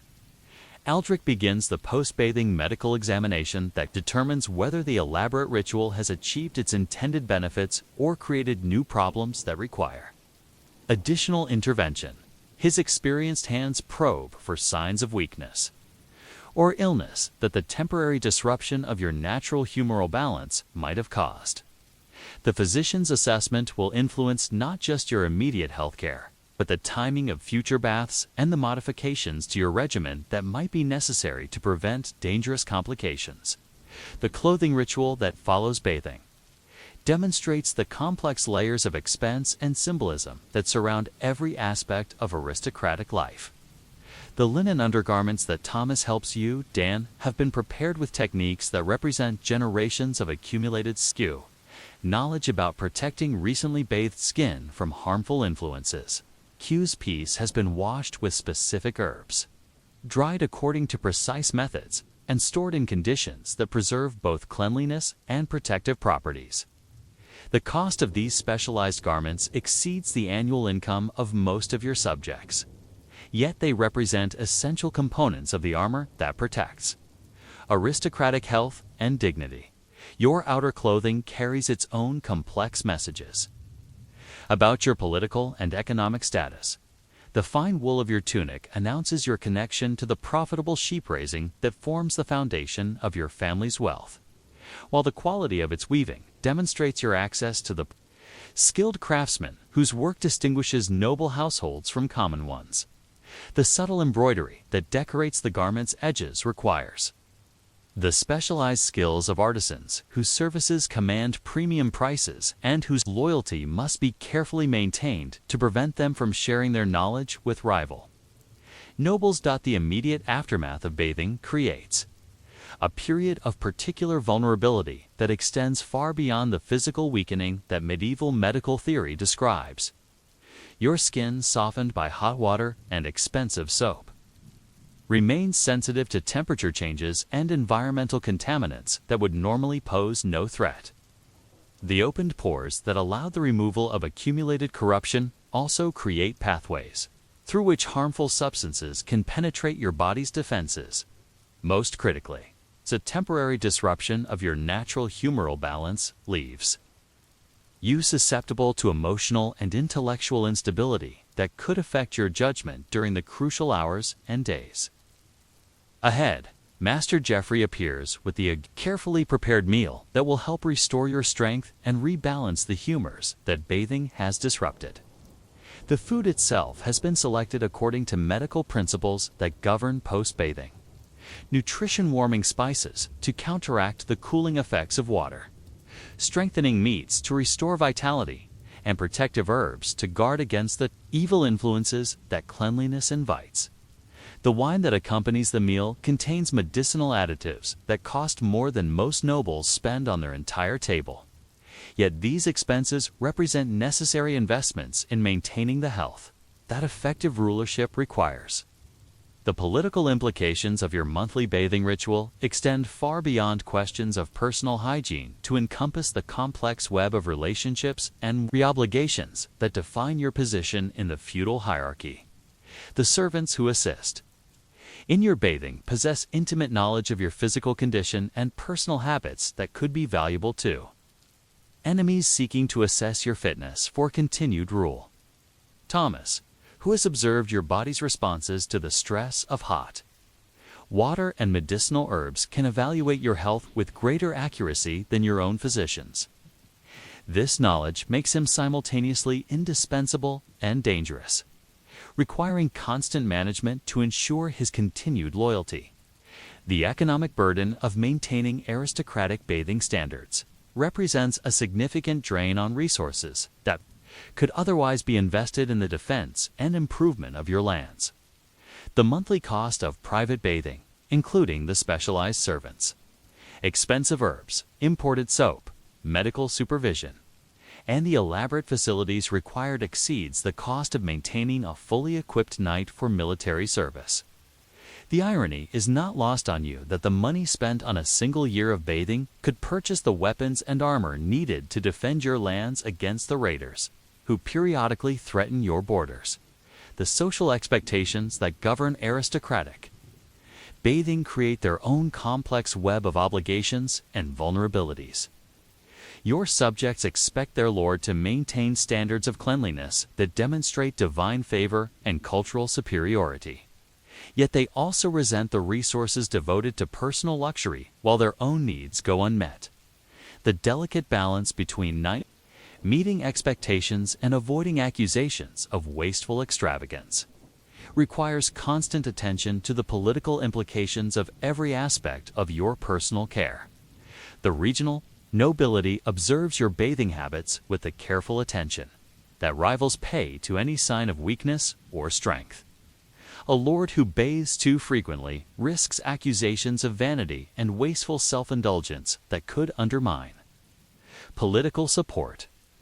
One who bathes too rarely invites questions about his ability to maintain proper standards and his fitness for continued authority. The optimal frequency and elaborate ritual that characterize noble bathing represent a carefully calculated performance designed to demonstrate both prosperity and prudence. As the effects of your bath begin to fade and your body returns to its normal state, you reflect on the complex calculations that govern every aspect of aristocratic life.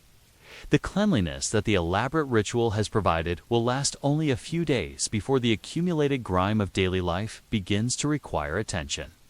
The political benefits of demonstrating your ability to maintain expensive standards must be weighed against the ongoing costs that such demonstrations require. Most critically, the time and resources devoted to personal bathing could be used for the diplomatic, military, and administrative activities that determine your family's long-term survival in the competitive world of medieval politics. The servants who assisted in your bath now face their own complex challenges in managing the knowledge and access that intimate service has provided.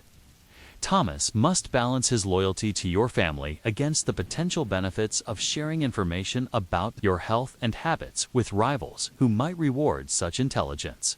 Master Aldrich faces similar pressures to maintain medical confidentiality.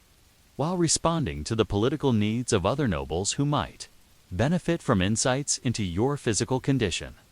The disposal of the bathwater itself creates environmental and symbolic challenges that reflect the complex relationship between aristocratic luxury and practical necessity. The herb-infused water that has cleansed your noble body cannot simply be discarded like the wastewater from peasant washing. Instead, it must be handled with the respect due to a substance that has been in contact with divinely ordained authority. Some of the water will be preserved for medicinal uses, while the remainder must be disposed of in ways that prevent contamination of water sources while avoiding the appearance of wasteful extravagance. Master Jeffrey approaches with the financial accounting that summarizes the cost of your monthly bathing ritual. The figures represent a sobering reminder of the economic burden that maintaining aristocratic standards places on your estate. The direct cost: servants' wages, fuel for heating water, imported herbs, and soap. Medical supervision total more than most nobles spend on their entire household expenses. The indirect cost of time lost from productive activities. Resources diverted from estate improvement. Opportunities foregone while attention focuses on personal care. Multiply the true expense far beyond the immediate financial outlay. The political intelligence that your bathing ritual has generated reveals information about your household's operations and your personal circumstances that could affect diplomatic relationships throughout the region. Master Aldrich's observations about your health provide insights that could influence marriage negotiations, military alliances, and trade agreements. Thomas's knowledge of your personal habits and emotional state could affect the loyalty of servants, whose continued service depends on their assessment of your long-term prospects for success. As evening approaches and you prepare to resume the normal activities of aristocratic life, the question of whether your elaborate bathing ritual has achieved its intended purposes becomes increasingly complex. Your body feels clean and refreshed. Your skin carries the subtle fragrance that announces your elevated status, and your personal physician has pronounced you healthy and well-balanced. Yet the enormous cost of achieving these benefits continues to weigh on your mind as you contemplate the ongoing challenges that face your estate and your family's political position. The vulnerability that bathing has created will persist for key days as your body readjusts to its normal state and your natural defenses regain their full strength. During this period, you must be particularly careful to avoid exposure to diseases, political stress, or physical challenges that could exploit your temporarily weakened condition. The irony is striking the very process that is supposed to strengthen your health and enhance your political position also creates risks that could prove more dangerous than the problems that seat was designed to solve. The long-term implications of maintaining aristocratic bathing standards extend far beyond questions of personal hygiene to encompass the fundamental sustainability of your family's position in the feudal hierarchy. The resources devoted to elaborate personal care could be invested in land improvement, trade ventures, or military preparations that might generate returns for generations. Yet the social expectations that govern noble behavior make such investments impossible to pursue without risking the loss of status that could prove even more costly than the most extravagant bathing rituals. As you settle into your chair by the fire to review the correspondence that has accumulated during your afternoon of bathing, you understand why so many noble families struggle to maintain their positions despite holding valuable lands and commanding the loyalty of numerous subjects. The elaborate standards that define aristocratic life create ongoing expenses that may consume resources faster than most estates can generate them. The bathing ritual that has occupied your afternoon represents just one of dozens of costly obligations that noble status entails, each necessary to maintain appearances, but collectively capable of bankrupting even prosperous families. The question that haunts your evening reflections is whether the complex web of expectations and obligations that surround aristocratic bathing can be modified without undermining your family's political position. Can you reduce the frequency or elaborate nature of your bathing rituals without inviting challenges from rivals who would exploit any sign of weakness? Can you find ways to maintain the appearance of prosperity while reducing the actual costs that such appearances require? Most importantly, can you balance the genuine need for cleanliness and the political benefits of demonstrating your elevated status against the enormous expenses that threaten to consume your family's resources and undermine the very position that such elaborate rituals are designed to protect? The fire crackles in the hearth as you contemplate these questions. Your clean skin still carrying the scent of expensive herbs while your mind grapples with the complex calculations that will determine whether your family's nobility survives. Another generation, the bath that has consumed your afternoon, represents both the privileges and the burdens of aristocratic Litha. Reminder that even the simplest human needs become elaborate and expensive when filtered through the expectations that govern those who rule over others in the unforgiving world of medieval politics. You wake to the sound of sleet against the shutters of your modest dwelling, the familiar harbinger of the harsh winter that will soon grip your community in its merciless embrace. The gray light filtering through the gaps in the wooden boards reveals your breath misting in the cold air, a reminder that the season of endurance has arrived earlier than expected. As a cloth merchant of moderate prosperity, you occupy that uncertain middle ground between the peasants who can barely afford to heat their homes and the wealthy who maintain comfortable fires throughout the coldest months. Today, you face a decision that could determine your family's health and survival through the bitter months ahead. Whether to risk one final bath before winter's grip makes such luxury impossible. The timing could not be more problematic. Your wife, Margaret, has been hinting for weeks that the accumulation of autumn's labors has reached the point where cleanliness becomes a social necessity rather than personal preference. Your daughter, approaching marriageable age, requires the appearance of prosperity and proper upbringing that clean skin and sweet-scented clothing provide. Your son, apprenticed to a goldsmith, whose clients include members of the minor nobility, must maintain standards that reflect well on both his master and his family. Yet the practical realities of winter bathing carry risks that could prove more dangerous than the social consequences of postponing cleanliness until spring's return. The economic calculations surrounding winter bathing reveal the cruel mathematics of medieval life. The cost of heating water during the coldest months can triple the normal expense of bathing, as fuel becomes scarce and expensive, while the amount of heat required to achieve proper temperatures increases dramatically. The special herbs and protective substances that winter bathing requires command premium prices from apothecaries, who know that desperate customers will pay almost anything for materials that might prevent the lung congestion and mysterious illnesses that follow cold weather washing. Your neighbor, Master Robert, attempted a winter bath 3 years ago and spent the following month confined to his bed with a wasting fever that nearly claimed his life. The incident serves as a constant reminder of the dangers that winter bathing poses to even the most careful and well-prepared individuals.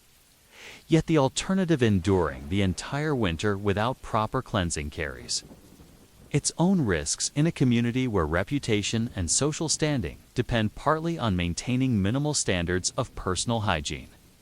Margaret approaches the morning fire with the grave expression that signals important household decisions await your attention. She carries a bundle of clothing that requires washing before the winter weather makes such activities impossible. But her real concern focuses on the more complex question of when and how your family will address their accumulated need for thorough cleansing. The community's bathhouse, operated by Master Guillaume, has announced that it will close for the winter months once the first significant snowfall makes the transportation of fuel and water too dangerous and expensive to maintain. The seasonal rhythm of medieval hygiene creates its own calendar of anxiety and preparation. Spring cleaning represents a celebration of survival and renewal. As families emerge from winter's confinement to address the accumulated grime and staleness of months spent huddled around fires in poorly ventilated spaces. Summer bathing discouraged. By medical authorities who warn of the dangerous effects of hot water during the season when corruption spreads most easily through the air. Becomes a luxury that only the wealthy or foolish pursue. Autumn provides the final opportunity for thorough cleansing before winter's grip makes such activities perilous or impossible. The community's physician, Master Aldrich, has issued his annual warning about the dangers of winter bathing, citing the medical wisdom that hot water opens pores and weakens natural defenses at precisely the season when protection against disease becomes most critical. His recommendations echoed the teachings of ancient authorities who understood that the body's need for cleanliness must be balanced against its even greater need for the closed pores and strengthened constitution that cold weather survival requires. Yet, the social pressures that govern community life create their own compelling reasons for attempting winter cleansing despite its risks. The harvest celebrations that mark autumn's end require participants to maintain standards of appearance that reflect their prosperity and social standing. Your daughter's prospects for advantageous marriage depend partly on her family's reputation for proper upbringing and attention to civilized standards. Your business relationships with clients who purchase your cloth goods could suffer if personal appearance suggests declining prosperity or attention to quality. The practical preparations for winter bathing reveal the complex logistics that cold weather imposes on even the simplest activities. The transportation of heated water from kitchen to bathing area must be accomplished quickly enough to prevent excessive cooling while avoiding the spills that could create dangerous ice patches. The bathing area itself must be heated to temperatures that prevent the shock of temperature change while ensuring adequate ventilation to prevent the accumulation of dangerous vapors. Most critically, the recovery period following winter bathing requires careful attention to warming and protection that could extend for days or weeks. Master Gillam's bathhouse faces its own seasonal challenges that affect the services available to customers considering winter cleansing. The cost of maintaining proper temperatures throughout the facility requires fuel expenditures that force significant increases in customer fees. The risk of pipes freezing or equipment damage from extreme cold creates potential interruptions in service that could strand customers in various stages of the bathing process. The liability for injuries or illness that result from winter bathing adds another layer of complexity to the bathhouse keeper's already challenging seasonal business. The herbs and medicinal substances required for safe winter bathing command premium prices from suppliers who understand that desperate customers will pay almost anything for materials that might prevent the respiratory problems and mysterious illnesses that diseases that cold weather washing can trigger. Time for purification, sage for protection, and the precious imported spices that provide warming properties all become scarce and expensive as winter approaches. The soap makers who supply the community's bathing needs face their own challenges in maintaining production. During the months when animal fats congeal in unheated workshops and ash supplies become difficult to transport, your household staff, consisting of a single servant girl whose wages represent a significant portion of your monthly expenses, lacks the specialized knowledge and equipment that safe winter bathing requires. Unlike the wealthy who maintain physicians and experienced body servants, your family must rely on traditional knowledge and careful observation to navigate the complex medical and practical challenges that cold weather cleansing entails. The risk of making mistakes that could prove catastrophic weighs heavily on every decision about whether and how to attempt winter washing. The religious implications of winter bathing add another layer of complexity to an already difficult decision. The local priest, Father Benedict, preaches that excessive attention to bodily cleanliness during the season of spiritual preparation represents a form of vanity that offends divine providence. Yet the same religious authorities acknowledge that Certain forms of purification may be necessary to maintain the spiritual cleanliness that proper worship requires. The balance between avoiding sinful vanity and maintaining appropriate standards of cleanliness requires theological sophistication that most lay people lack. The timing of any winter bathing attempt must be coordinated with weather patterns, household logistics, and business obligations that could determine whether the experience proves beneficial or catastrophic. A sudden storm could trap family members in wet clothing without adequate fuel for heating, while unseasonably warm weather might create conditions that make winter bathing less dangerous than usual. The coordination required to align all these factors creates a narrow window of opportunity that may never actually arrive as you contemplate the decision that faces your family. The sound of wind howling around the corners of your house provides a constant reminder of the forces that make winter bathing such a perilous undertaking. The accumulated grime and staleness of autumn's labors create genuine discomfort and social embarrassment. Yet the risks of attempting cleansing during the dangerous season could prove far more costly than the temporary inconvenience of postponing proper washing until spring's return. The question that haunts your morning preparations is whether your family can afford to attempt winter bathing, or whether you can afford not to make the attempt. The social consequences of entering the winter months without proper cleansing could affect your business relationships, your daughter's marriage prospects, and your family's standing in the community. Yet the physical and economic risks of cold weather washing could prove even more devastating to your long-term survival and prosperity. How can you balance the competing demands of social expectation, physical safety, and economic prudence that winter bathing represents? What signs should you watch for that might indicate the optimal time for attempting such a dangerous undertaking? Most importantly, how can your family navigate the harsh realities of seasonal hygiene without falling victim to either the social consequences of neglecting cleanliness or the physical dangers of pursuing it under impossible conditions? The decision crystallizes during the third week of November, when an unusual stretch of mild weather creates what may be your family's final opportunity for winter bathing before the truly dangerous cold settles over the region. Master Gigome sends word that he will attempt one last heating of the bathhouse facilities before closing for the winter. But the opportunity comes with warnings that may clear the exceptional risks involved. The mild weather, while reducing some dangers, also creates conditions of uncertainty that could prove more treacherous than predictable cold. Margaret has spent the morning consulting with the other wives in your neighborhood, gathering intelligence about their family's winter bathing plans and sharing observations about the weather patterns that might indicate the optimal timing for such a risky undertaking.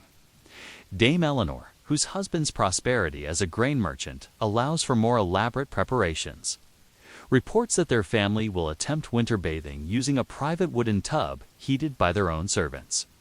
Goodwife Anne, married to a baker, whose modest income provides slightly more security than your cloth trade, expresses doubts about whether any amount of preparation can justify the risks that winter washing entails.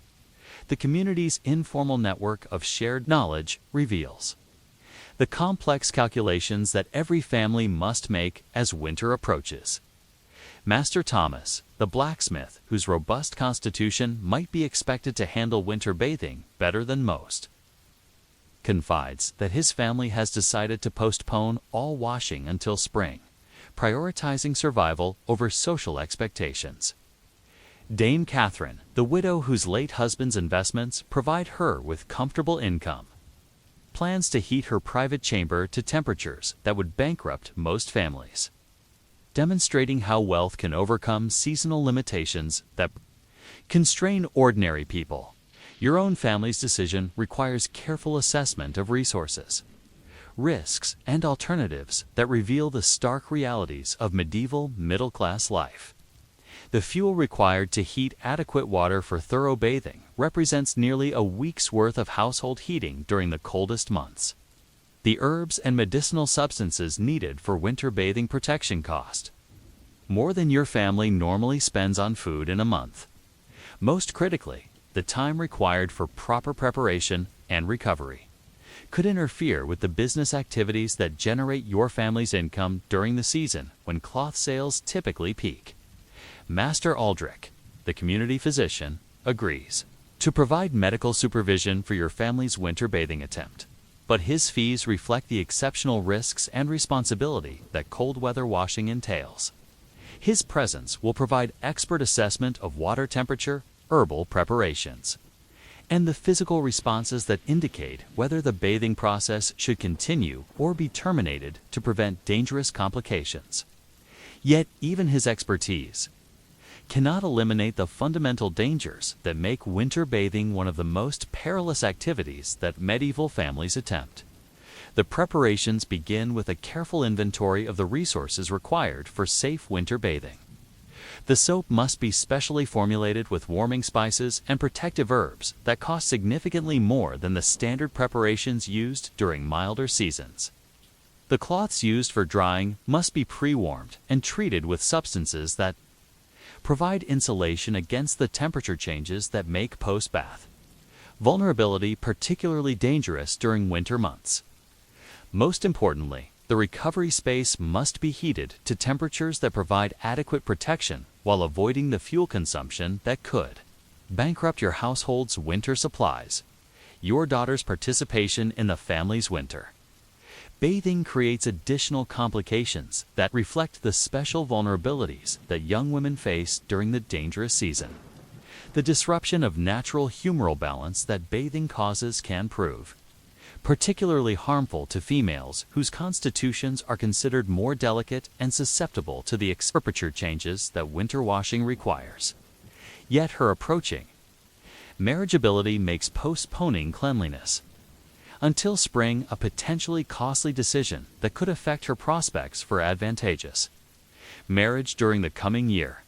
The logistics of winter bathing reveal the complex interdependence that characterizes medieval community life. Master Guillaume's willingness to provide bathhouse services depends on sufficient customer demand to justify the extraordinary fuel costs that winter heating requires. Your family's participation helps ensure that the facilities remain available for other community members who might otherwise lack any option for winter cleansing. The shared risk creates bonds of mutual obligation that extend far beyond simple commercial transactions. The weather monitoring that precedes your winter bathing attempt requires attention to atmospheric conditions that could determine whether the experience proves beneficial or catastrophic. Wind direction affects the drafts that could endanger opened pores and temporarily weaken defenses. Humidity levels influence the body's ability to regulate temperature during the critical transition from hot water to cold air. Most critically, the likelihood of sudden storms that could trap family members in wet clothing without adequate heating creates timing pressures that allow little margin for error. As the appointed day arrives, the atmosphere of anxiety that surrounds winter bathing affects not just your immediate family, but the entire community of neighbors and acquaintances who have chosen to attempt this dangerous seasonal ritual. The bathhouse fills with an unusual mixture of determination and apprehension as families gather to undertake what may be their final opportunity for thorough cleansing before spring's return. The conversations that develop among the participants reveal the complex motivations that drive people to accept such extraordinary risks for the temporary benefits that cleanliness provides. The actual process of winter bathing proceeds with unusual deliberation and attention to detail that reflects the exceptional dangers involved. Master Guillaume monitors water temperatures with equipment that has been specially calibrated for winter conditions, understanding that the margin between beneficial and harmful heat narrows significantly during cold weather. The herbs added to the bathwater include warming spices and protective substances that are rarely used during milder seasons, transforming the bathing experience into a complex medical procedure that requires expert supervision. Your entry into the heated water provides immediate awareness of why winter bathing is considered both necessary and perilous. The contrast between the cold air of the bathhouse and the hot water of the tub creates physiological stress that your body must manage, while simultaneously processing the herbs and medicinal substances that the water contains. The temporary relief from winter's accumulated discomfort comes with the knowledge that the opened pores and weakened defenses that washing creates will persist for days in conditions that make recovery particularly challenging. The washing process itself must be accomplished with efficiency that balances thoroughness against the time limitations that winter conditions impose. The soap must be applied and rinsed quickly enough to prevent excessive cooling, while ensuring that the cleansing achieves its intended purposes. The attention to areas of the body that have accumulated the most grime must be weighed against the need to minimize exposure to temperature changes that could trigger the respiratory problems and systemic illnesses that make winter bathing so dangerous. Master Aldrich's monitoring of your family's responses to the winter bathing process reveals the complex physiological challenges that cold weather washing creates. Your wife's tendency toward chills requires additional attention to warming and protection that could extend the recovery period significantly.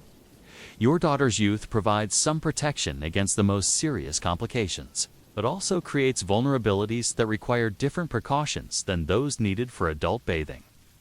Your son's robust constitution might seem to offer advantages, but his inexperience with winter bathing creates risks that careful supervision must address. The community dynamics that develop during winter bathing sessions reveal the shared vulnerability that unites families who have chosen to attempt this dangerous seasonal ritual. The mutual support and shared knowledge that participants provide create temporary bonds that extend beyond normal social boundaries. Dame Eleanor's experience with previous winter bathing attempts provides valuable guidance for less experienced families, while the collective observation of warning signs helps ensure that dangerous complications are recognized and addressed quickly. As the bathing process nears completion, the critical phase of transition from heated water to cold air begins with preparations that could determine whether your family's winter washing proves beneficial or catastrophic. The warming cloths that have been prepared must be applied with timing and technique that provide adequate protection while avoiding the trapped moisture that could create prolonged vulnerability. The heated recovery space must be accessed quickly, enough to prevent dangerous cooling while ensuring that the transition does not create physiological shock that could trigger the complications that make winter bathing so perilous. The immediate aftermath of winter bathing creates a period of heightened vulnerability that requires constant attention to warming, protection, and the careful observation of symptoms that might indicate developing complications. Your family's temporary weakness makes ordinary activities potentially dangerous, while the opened pores and disrupted natural defenses create pathways through which winter's harsh conditions can exploit your body's compromised state. The question that haunts these critical hours is whether the risks you have accepted for the sake of cleanliness will prove justified by the benefits achieved, or whether the price of winter washing will ultimately prove too high for your families. Survival. The hours following your family's winter bathing reveal the true cost of pursuing cleanliness during the most dangerous season of the medieval year. As you huddle around the brazier that has been moved into your main chamber to provide additional warming, the full implications of your decision begin to manifest in ways that extend far beyond the immediate physical effects of hot water and cold air. Your skin, temporarily cleansed and softened by expensive soap and herb-infused water, now requires constant protection against the harsh conditions that make winter survival a daily struggle for most medieval families.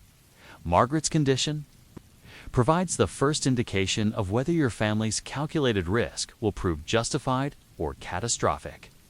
Her natural tendency toward chills, exacerbated by the disruption that winter bathing causes to the body's natural defenses, creates a vulnerability that could develop into the lung congestion and mysterious fevers that claims so many lives during the harsh season.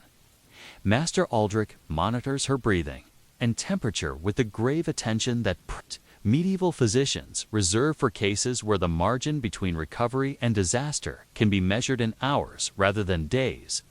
Your daughter's response to winter bathing demonstrates the particular challenges that young women face when attempting cold weather cleansing during the years when their bodies are most susceptible to the humoral imbalances that washing creates.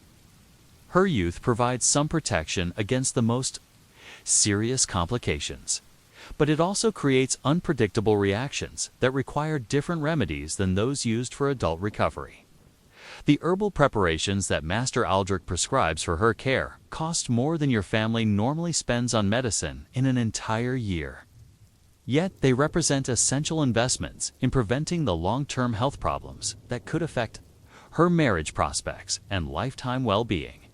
The economic implications of your winter bathing decision extend far beyond the immediate costs of bathhouse fees, expensive herbs, and medical supervision. The fuel required to maintain adequate heating during your family's recovery period consumes resources that were intended to last through the entire winter season.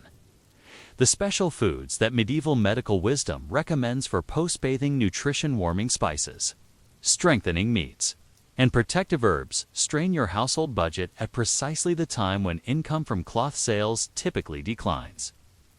Due to seasonal factors, your son's recovery from winter bathing creates complications that threaten his apprenticeship with the goldsmith, whose clients expect consistent service regardless of seasonal challenges. The weakness and vulnerability that follow cold weather washing make it impossible for him to perform the delicate work that his craft requires. While the risk of transmitting illness to his master's household could damage relationships that took years to establish, the balance between maintaining his health and meeting his professional obligations creates pressures that could affect his entire future career prospects. The community's reaction to your family's winter bathing attempt reveals the complex social dynamics that surround such dangerous seasonal activities. Neighbors who chose to postpone cleansing until spring express mixture of admiration and concern for your family's willingness to accept such extraordinary risks. Dame Eleanor, whose own family successfully completed winter bathing, offers advice and assistance based on her experience with post-washing recovery. Goodwife Anne, who decided against attempting winter cleansing, provides cautionary observations about the families she has known who suffered lasting harm from cold weather washing. The physical effects of winter bathing persist for weeks as your family's bodies struggle to restore the natural defenses and humoral balance that hot water and medicinal herbs disrupted. The opened pores that allowed thorough cleansing remain vulnerable to the cold air and harsh conditions that characterize winter survival. The temporary weakness that follows bathing creates ongoing challenges in performing the daily activities. That medieval life requires hauling water, tending fires, and maintaining the physical stamina that cold weather survival demands. Master Aldrich's daily visits to monitor your family's recovery provide professional medical care that few medieval families can afford. Yet they also reveal the serious nature of the risks that winter bathing entails.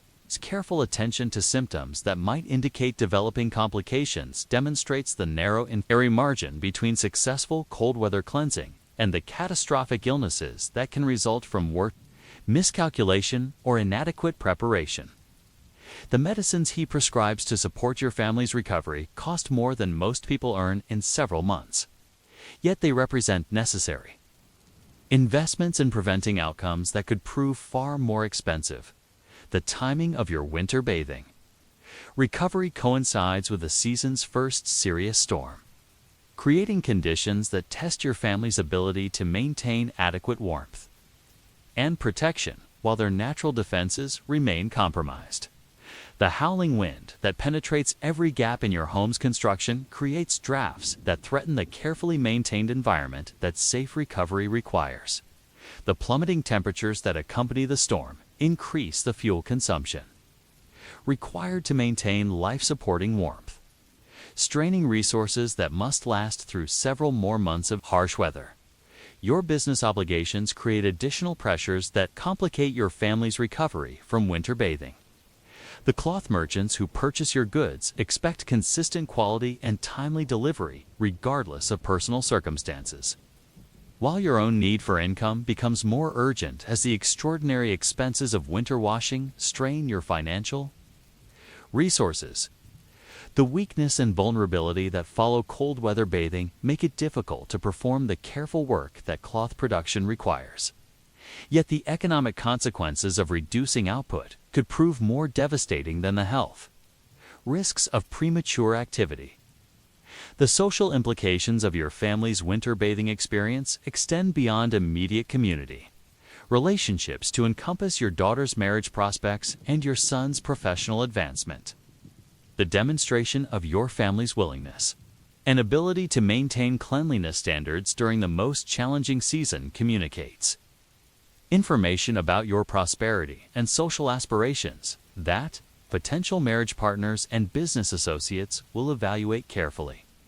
Yet the visible effects of winter bathing, the temporary weakness, the ongoing vulnerability, and the extraordinary expenses also reveal information about your family's circumstances that could be used by competitors or enemies. The gradual improvement in your family's condition provides tentative evidence that your winter bathing gamble may ultimately prove successful.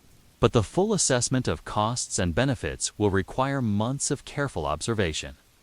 Margaret's breathing remains labored but shows signs of improvement.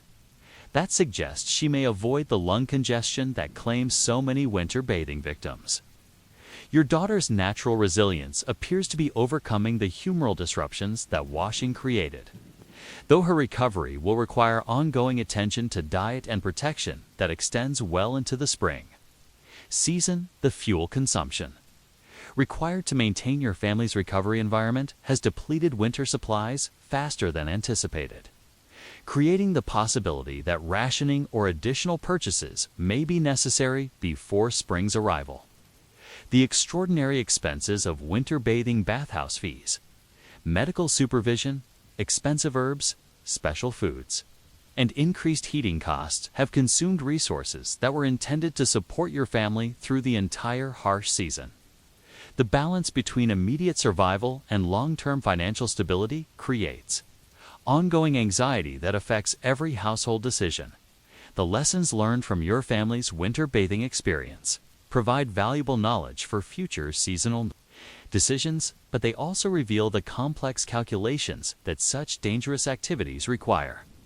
The successful completion of cold weather cleansing demonstrates your family's ability to manage extraordinary risks and maintain social standards, despite seasonal challenges. Yet the ongoing vulnerabilities and extraordinary costs that winter bathing entails raise questions about whether such activities represent prudent investments in health and social standing or dangerous gambles that threaten long-term survival. As winter deepens and your family continues the slow process of recovery from their seasonal cleansing, the question remains whether the benefits achieved justify the risks accepted and resources consumed. The temporary cleanliness that winter bathing provided has already begun to fade as the accumulated grime of daily life reasserts itself. Yet the vulnerability and ongoing expenses that cold weather washing created will persist for months. The social benefits of demonstrating your family's commitment to maintaining proper standards during the most challenging season must be weighed against the physical and economic costs that could affect your circumstances for years to come. The fire crackles in your hearth as you contemplate these complex calculations, your skin still carrying traces of the expensive herbs that transformed ordinary winter bathing into an elaborate medical procedure. Outside, the wind continues its relentless assault on your home's defenses, a constant reminder of the harsh conditions that make winter survival a daily challenge for most medieval families. Your family's successful completion of seasonal cleansing represents a victory over the forces that make civilized life so difficult during the coldest months. Yet it also demonstrates the extraordinary prices that must be paid for even the simplest human needs when pursued under impossible conditions. the broader implications of your winter bathing experience extend beyond personal and family concerns to encompass the fundamental challenges that seasonal survival creates for medieval communities. The complex balance between maintaining social standards and preserving physical health reveals the difficult choices that climate and economic limitations impose on people who must navigate between competing demands for limited resources. The temporary triumph of achieving cleanliness during winter's harsh grip comes with the sobering recognition that such victories are purchased at prices that few can afford, and fewer still can sustain over the long term. Your family sleeps fitfully in the warm chamber that has become their temporary sanctuary, their bodies slowly recovering from the calculated risks that winter bathing demanded, while their minds process the complex lessons that seasonal cleansing has taught. Tomorrow will bring new challenges as the harsh season continues its relentless progression. But tonight provides a moment of satisfaction that comes from successfully completing one of medieval life's most dangerous seasonal rituals. The price of winter's cleanliness has been paid in full, though the final accounting of costs and benefits will require the passage of many more months before the true wisdom of your decision becomes clear.